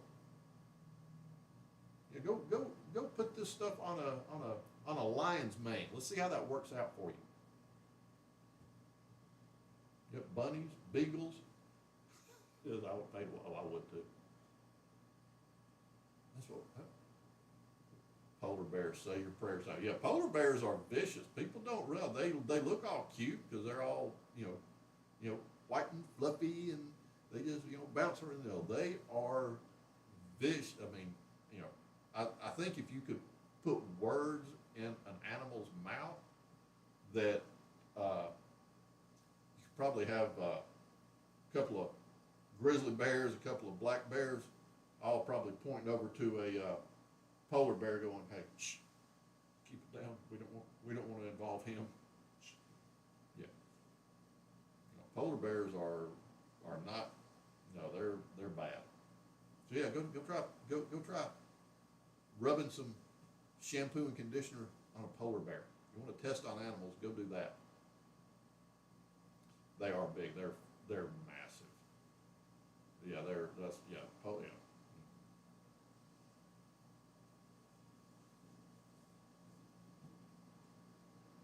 Yeah, that's one of those things where bear spray, I don't think it's gonna do it. That's just gonna make them mad. I'm thinking, rifle.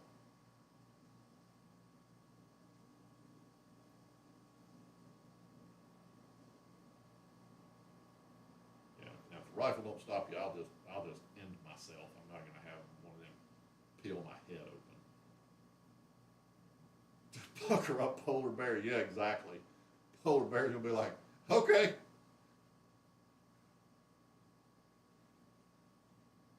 You look at a polar bear and say, pucker up, the polar bear's gonna look at you and go, bon appetit. Pucker up polar bear, that's awesome. Oh, hey Doodle. Doodle, Rosie's left the show. We've abandoned all pretense of even being a show that's based around a special needs cat. This has turned into, let's just hang out in my living room and shoot the breeze.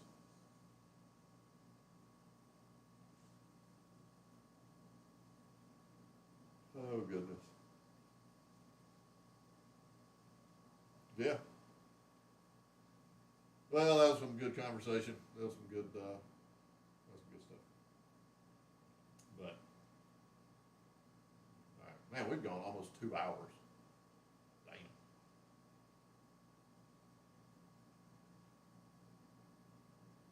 Human with 5 of these. Marilyn done brought Hannibal Lecter into the conversation.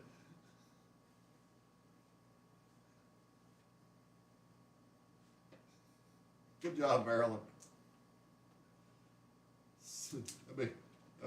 Be silence of the people. Ain't no silence, ain't no lambs here.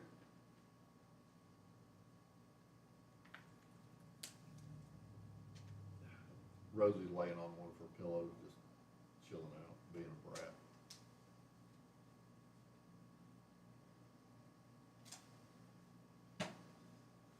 Oh goodness. All right, Rosie. All right, Doodle. Time flies when you enjoy your company. That is true, Jeanette. That is absolutely true. So, Easy, easy. She's scratching her ear, but yeah, you just rolled yourself right off your pillow. You want back on the sofa? Here comes the queen. Come here. Come here. Oh, what doodle? You want back on the sofa?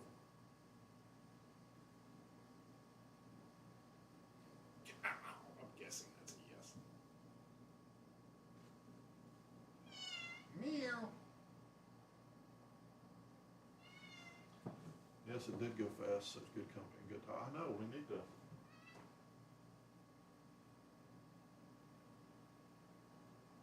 Yeah, we got to, unfortunately, talking about the bad things that happen to animals, but then to balance that out, we talked about the bad things we wanted to happen to the people that do bad things to animals. I think I might have had a little bit of an evil look on my face when I said that.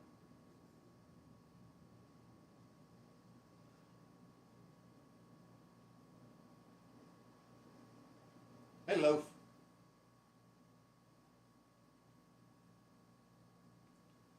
All right. I think I'm gonna go. I've got to. What time is it?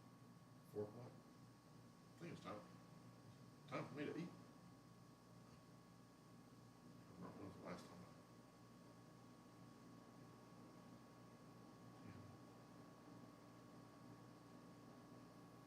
I'm trying to remember when the last time. I'm doing intermittent fasting right now.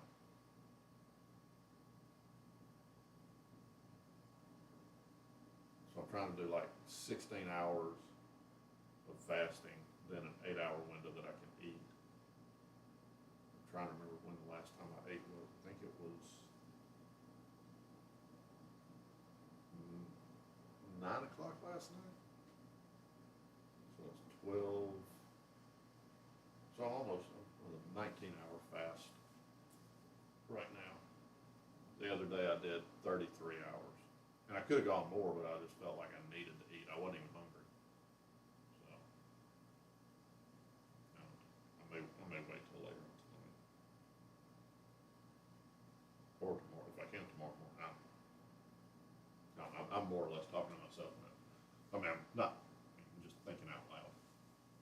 So, all right. Does anybody have anything else? I mean, we've pretty much covered a lot.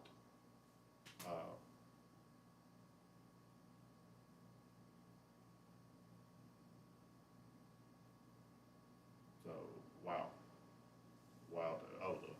To the fasting. Yeah, I mean, I've got to, I, now that I'm back, I'm getting back on a normal schedule. I think I mentioned before that, my whole life had gotten turned upside down doing the nighttime work on that commercial job where I was working 8 at night till 4 in the morning. I mean, it threw off my eating. It threw off my sleeping. It threw off my working. I just now started working out again, just this past week, because I had gone. I mean, doing that night shift work. I was what was it, like 2.5, 3 months that I didn't lift a weight, just because I didn't have the energy. I didn't have the motivation. I didn't have the time. I didn't have the. And so now I'm getting back into it, and trying to kickstart getting my diet back to where it needs to be. But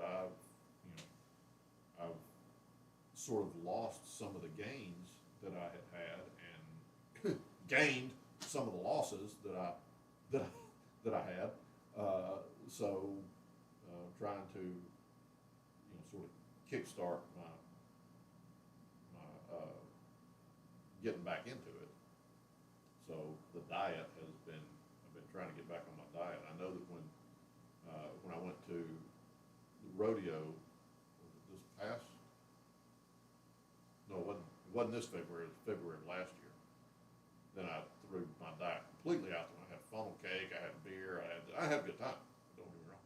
But then I did a 2-day fast after that to kind of overcome it, rather than, letting myself go. Because I'm the kind of person that naturally, if I just allow myself to, if I just, if I don't exercise some discipline, I'll have chips and salsa, I'll have M&Ms, I'll have sodas, I'll have this, I'll have that, and I'll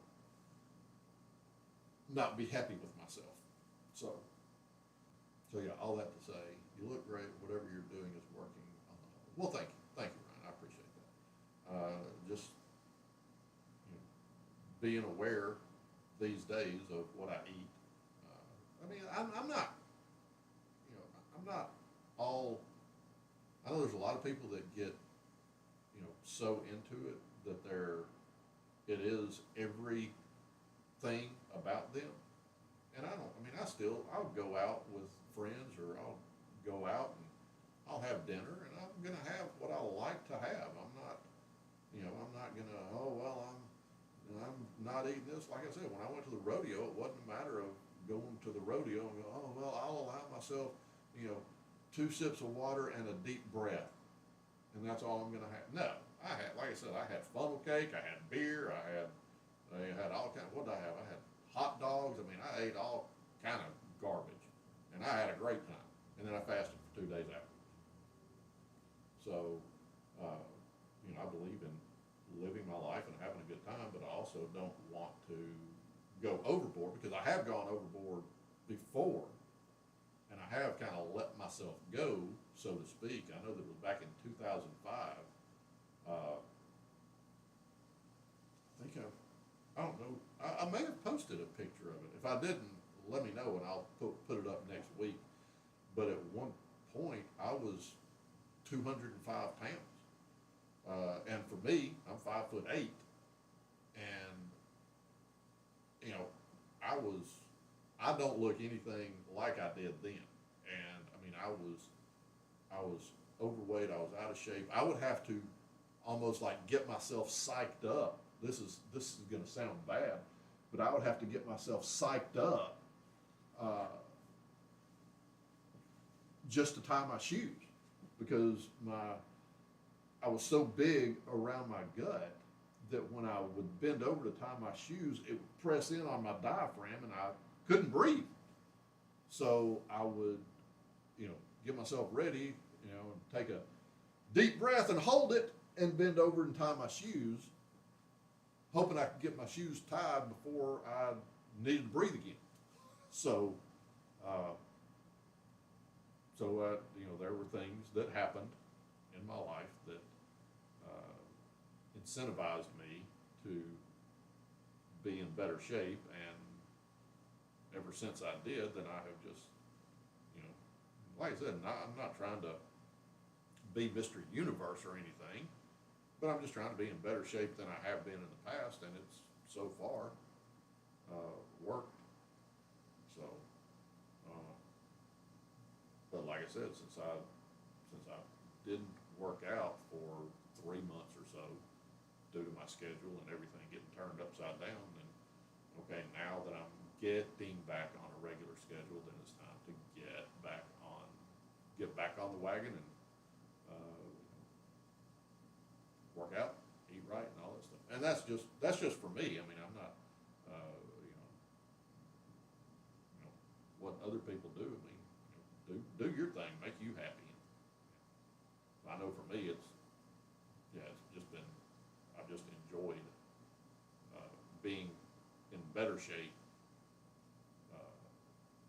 than when I was out of shape.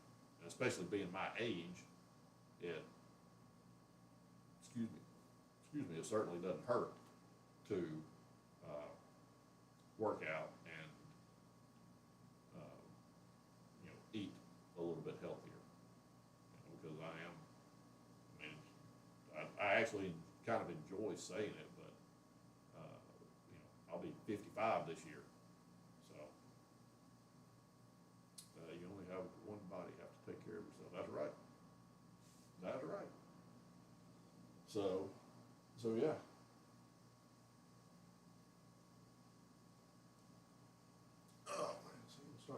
ain't stretches like you, Doodle. So, yeah. I can't remember how I got off on this tangent. Yeah, y'all know me well enough to know there is no we could be talking about railroad bridges next, and I have no idea. We'll go from, you know, my diet to railroads, and yeah. So there's no telling. So yeah, you don't look your age at all. Well, thank you, Jeanette. I appreciate that. Says you look great and have the right mindset. Well, thank you, Marilyn. I mean, I try to. I mean, I just, I'm a firm believer. I mean, you are what you are, and that's all. It's like, you know, people have told me, or I've heard people say in the past. Sometimes they've told me, it's like, oh, just be yourself. Just be yourself. And my thing has always been, that's all I can be, is because that's all I know how to be. I'm barely good at that sometimes. I damn sure don't want to try to be somebody else, because I'll definitely screw that up. So I'm barely good at being Scott. So, see, damn it, Marilyn. Now I'm going to start talking about railroads. I guarantee you, Marilyn, I guarantee you, sometime tonight, in the course of flipping around going, what do I want to watch? I guarantee you, I'm going to go to YouTube and watch a documentary about railroads. And I'll be thinking about you, Marilyn. And when we come back next week, I'll be like, okay, well, let me tell you, the first railroad bridge was built in the West, blah, blah, blah. Oh, yeah. That's going to be my night.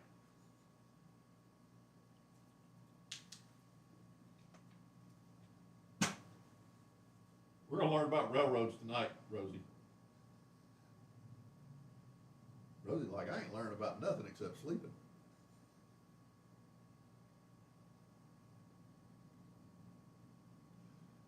Oh, goodness. Freight train. See, that I do know a little bit of something about that. My family's been in the trucking business since the 30s, and a lot of freight that gets moved on trucks also gets moved on trains. Also, when I told you, so back in when I don't even know when it was.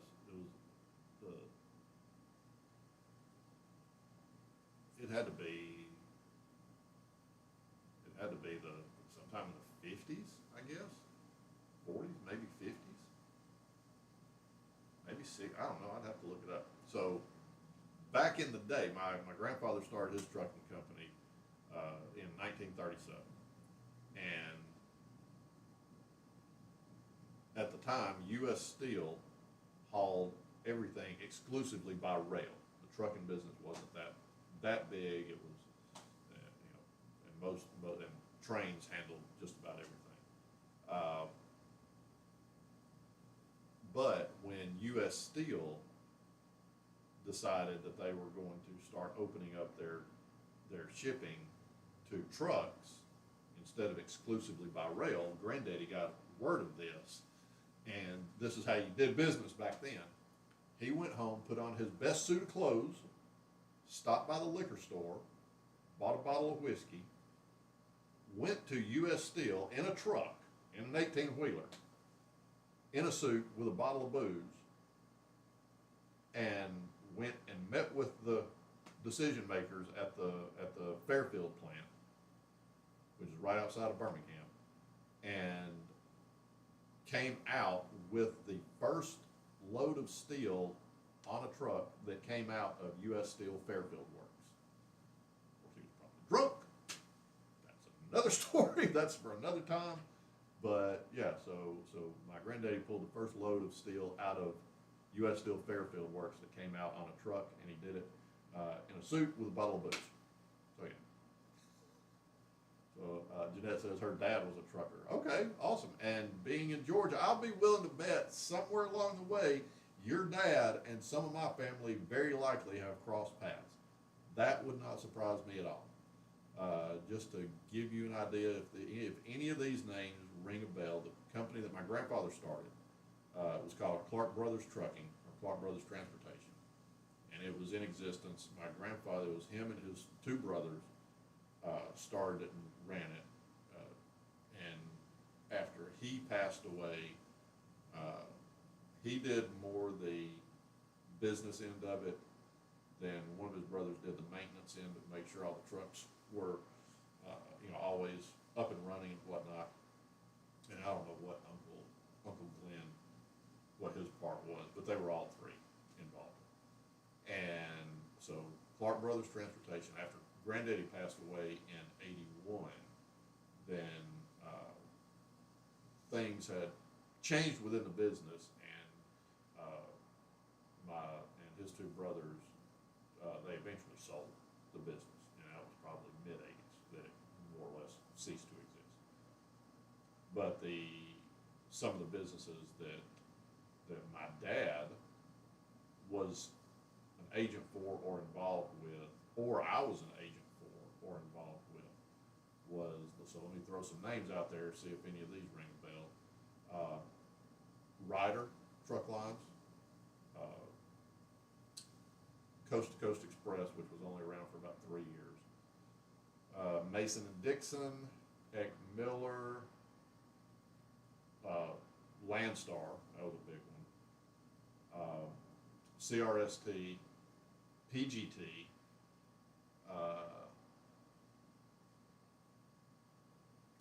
what else? There's so many that Universal Amcan, and I'm probably thinking of, there's probably, for every one that I'm listing, there's probably 5 or more that I'm forgetting. So yeah, probably, being in that part of the country, because I just moved out here to Texas back in 2008. Up until then, minus a couple of years up in St. Louis when I was a teenager, then my entire life was spent in Birmingham, and that's where the steel industry and the pipe industry. A lot of freight out of U.S. Steel back in I think it was June or July of '89. Was it '89? The company we represent, or us, our office, representing a company called Express America at the time. We moved, I think it was 56% of the total tonnage out of U.S. Steel Fairfield that came out that month. So we were hauling a lot. Then of course U.S. Pipe, ASIPCO, American Cast Iron Pipe in Birmingham, a lot of pipe shops, a lot of steel mills. And that says yes, Ryder and Mason Dixon. Yep. So yeah, Mason Dixon. I won't say now what we called Mason Dixon. I won't say here in this family-friendly live stream, but yeah. But Ryder, the old Ryder Truck Lines. So Daddy was an agent for the old Ryder Truck Lines of before they were okay. So Ryder, PIE, a handful of others were back in '83, I think it was. They were absorbed. They were all bought bought by a company called IU, International Utilities. That was just this big, huge conglomerate.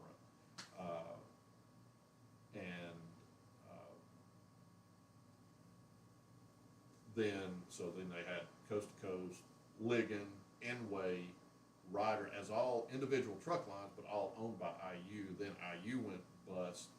Coast to Coast, PIE went away. Enway and Ligon, I think they were bought by Landstar, as was Ryder.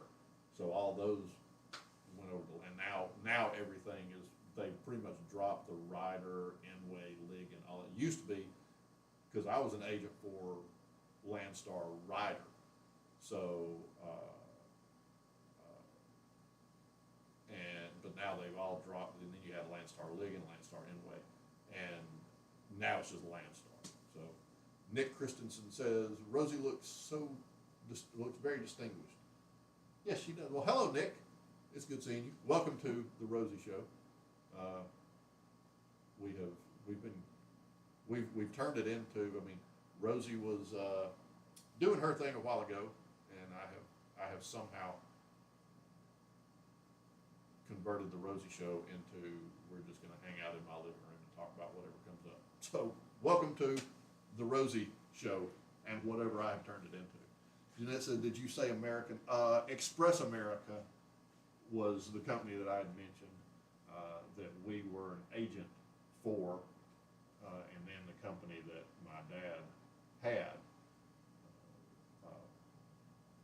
became a part of Express America, and then that turned into stuff. So yeah, I guarantee you that. And now, unfortunately, this goes back to Stephen. Have you been here the whole time, Stephen? Because I have something to report to you if you have not. So yeah, so I'll be willing to bet, Jeanette, that somewhere along the way, your family and my family have crossed paths. Trucking is a relatively, especially back in the day, it was an even smaller world than it is now. But being in the state right next to each other, I'll be willing to bet our families have crossed paths somewhere. Stephen said, "No, just got here." Okay, Stephen. Yeah, he drove for American. Okay, I see, and that one I don't have any experience or knowledge of, so I can't say on that one, Jeanette. All right, Stephen, you had mentioned last week in talking about Sasha and her sticking her tongue out. You had posed the possibility that is she missing any teeth? I did my best to check this past week. Of course, I didn't grab her and open her mouth up because she is, after all, a feral cat and she would have killed me. But in the course of feeding her and watching her eat, I did the best I could to check, and all of her canines are there. They are fully intact, no broken chip, none of that stuff. They're clean, white. So her canines are all there and in really good health. And the fact that she's just a little bit over 3 years old and all of her other teeth that I could easily see while she was eating are in good shape, I'm going to say there's a much better chance than not that all her little bitty front teeth are all intact as well. So I don't think that missing teeth is going to be the reason she sometimes sticks her tongue out. I think it's probably just more that that's just a thing that she does, especially when she's really relaxed. Because after all, she is a feral cat. There have been times where, when I'm petting her, you can see that she's relaxed. Her eyes may be at half mast, and she's just sort of there, and she hears something off in the distance, and it's feral cat. It's on alert. It's on guard. So I'm thinking that the sticking the tongue out is just a thing that she does when she's relaxed. Now, like I was saying earlier, that other cats that I've had in the past, I had one in particular that when Spock would go to sleep, not every time, but a lot of times when he would go to sleep, he would stick his tongue out like he was, suckling on his mom when he was a kitten, and he would be knocked out, and for hours he'd be sleeping with his tongue doing this. And that was just what he did. That was relaxing to him. Apparently, he enjoyed it. So that may be why she does that, especially with me. Nobody else can touch her, so it may just be when she's just been around me enough that she loves me and she lets me pet her and love on her and all that stuff. Now, I will say that the fact that she will let me pick her up to put her, because I keep all of her food and everything on a table outside to try to keep some of the wildlife from getting to it. There's still a raccoon that climbs up on the table and gets it, but whatever. But I try to keep the wildlife from getting to it as much as I can. but she'll let me pick her up and put her on the table to get to her. I know she can jump on it, but I spoil her like that, so I'll pick her up and put her on the table. She doesn't mind me doing that. She knows that I'm picking her up to keep her from having to jump to get to her food. However, I think I forgot to mention this earlier, everybody. The other night I was sitting outside. I had one of these folding sport chairs, these canvas, like camping chairs. Had that outside, and I'm sitting outside. I'm having me a little drink. I'm listening to some music, and I'm relaxed, and she's curled up on the sidewalk in front of me. And I thought, I wonder if she's comfortable enough with me to sit in my lap. Big mistake. I picked her up, and she was okay with being picked up until she got in my lap, and she didn't hurt me or anything, but she could not get out of my lap fast enough, which meant as a cat moves fast, the claws come out. So yeah, she pretty much stabbed me in both legs in an effort to get out of my lap. And then she sat and purred and walked around my legs and laid back down and went to sleep. So yeah. So she adopted me about 3 years ago, and I'm not going to try to put her in my lap again. That didn't feel good. So yeah, but no, she seems to have all of her teeth, as best I can tell. So I guess her sticking her tongue out is just a thing that she does. I think it's cute. She was doing it last night, except she jumped up on my roof, and I walked outside and I heard her meow. I'm looking around, I'm like, what I'm looking under my trailer. I've got a 16-foot trailer that I use to haul materials. I'm looking under my trailer. I'm like, where are you? And then I looked up, and she's looking right off the awning at me. Meow, meow. And I stood up on the trailer and was able to reach, and I petted her. And sure enough, while I'm petting her, okay, whatever.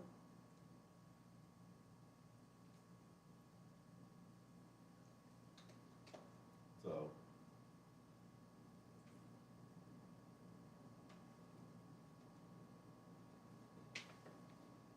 but yeah, you had mentioned it, so I wanted to check. So, all right. Well, we've been going. It says started streaming 2 hours ago. So apparently, once you hit 2 hours, then it only counts in hours, because it was minutes up to that point, like 117 minutes, 118 minutes, and all that stuff. And it has not gone to 2 hours and 1 minute, or 2 hours and 3 minutes, or 123 minutes, or anything. So, but we've been going since 2 o'clock, so 2 hours and 22 minutes, which is by far the longest stream that I have done. I have enjoyed it, but I do have other things I need to get done. If I didn't have other things to get done, I would love to. I wouldn't mind doing an 8-hour live stream and just hang out with all of y'all. What do you think, Doodle? So, yeah.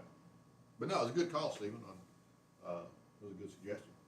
So, but all right. Well, I think I'm glad you made it, Stephen. So yeah. But yeah, I think I'm going to wrap it up right here. Nick, if you're still here, thank you for joining us. Feel free to drop by. With very few exceptions, we do this every Sunday at 2 o'clock. So feel free to stop on by, all that stuff. So we will reconvene next week. Oh, Stephen, Jeanette, I don't know how many shirts you've got, but Stephen, if you're interested in a shirt, then just let us know. And what we're doing for shipping to people is, for privacy and all that stuff, find a UPS store or a FedEx location or something like that that's close to you that you want to have it sent to, and then just let us know, like next week. You don't have to let us know the city or anything, just say, hey, UPS store number 785. Then then that's where we can send it to. And Jeanette, not trying to get ahead of my skis on this, but, you and I can, try to get together in Messenger this week, because I know that there's gonna be a limit to how many we can do on the, at least for now, so. So, yeah, but yeah, you and I can get together and work out that, because like I said, that I know that under the circumstances we're doing them now, that's not something that can be done, in perpetuity, so. But yeah, like I said, Stephen, that way you don't have to give out, certainly not give your address in a live chat or anything like that. I know there's some people that don't have Messenger and some people that don't have, various other ways, so that'll be probably the safest, easiest way, is just to, you pick the store that you want it shipped to, let us know, like the store number, when, like next week or something, and then it can be shipped to there, and then we can let everybody know, either let everybody know, hey, it was shipped to store 785, or maybe the store will call you and let you know, hey, you're paying. I don't know how all that works. But yeah. Marilyn says, have a great week. We'll have UPS info next week. Glad you came, Stephen. Welcome, Nick. Yes, feel free, any of you, to drop on by anytime. So yeah, I'm gonna wrap it up there. I'm gonna go ahead and leave it up as usual, so that everybody can say their toodles to everybody, and then I'll shut it down. So, well, the doodle is asleep. I have officially bored the doodle to sleep. Say toodles, doodle.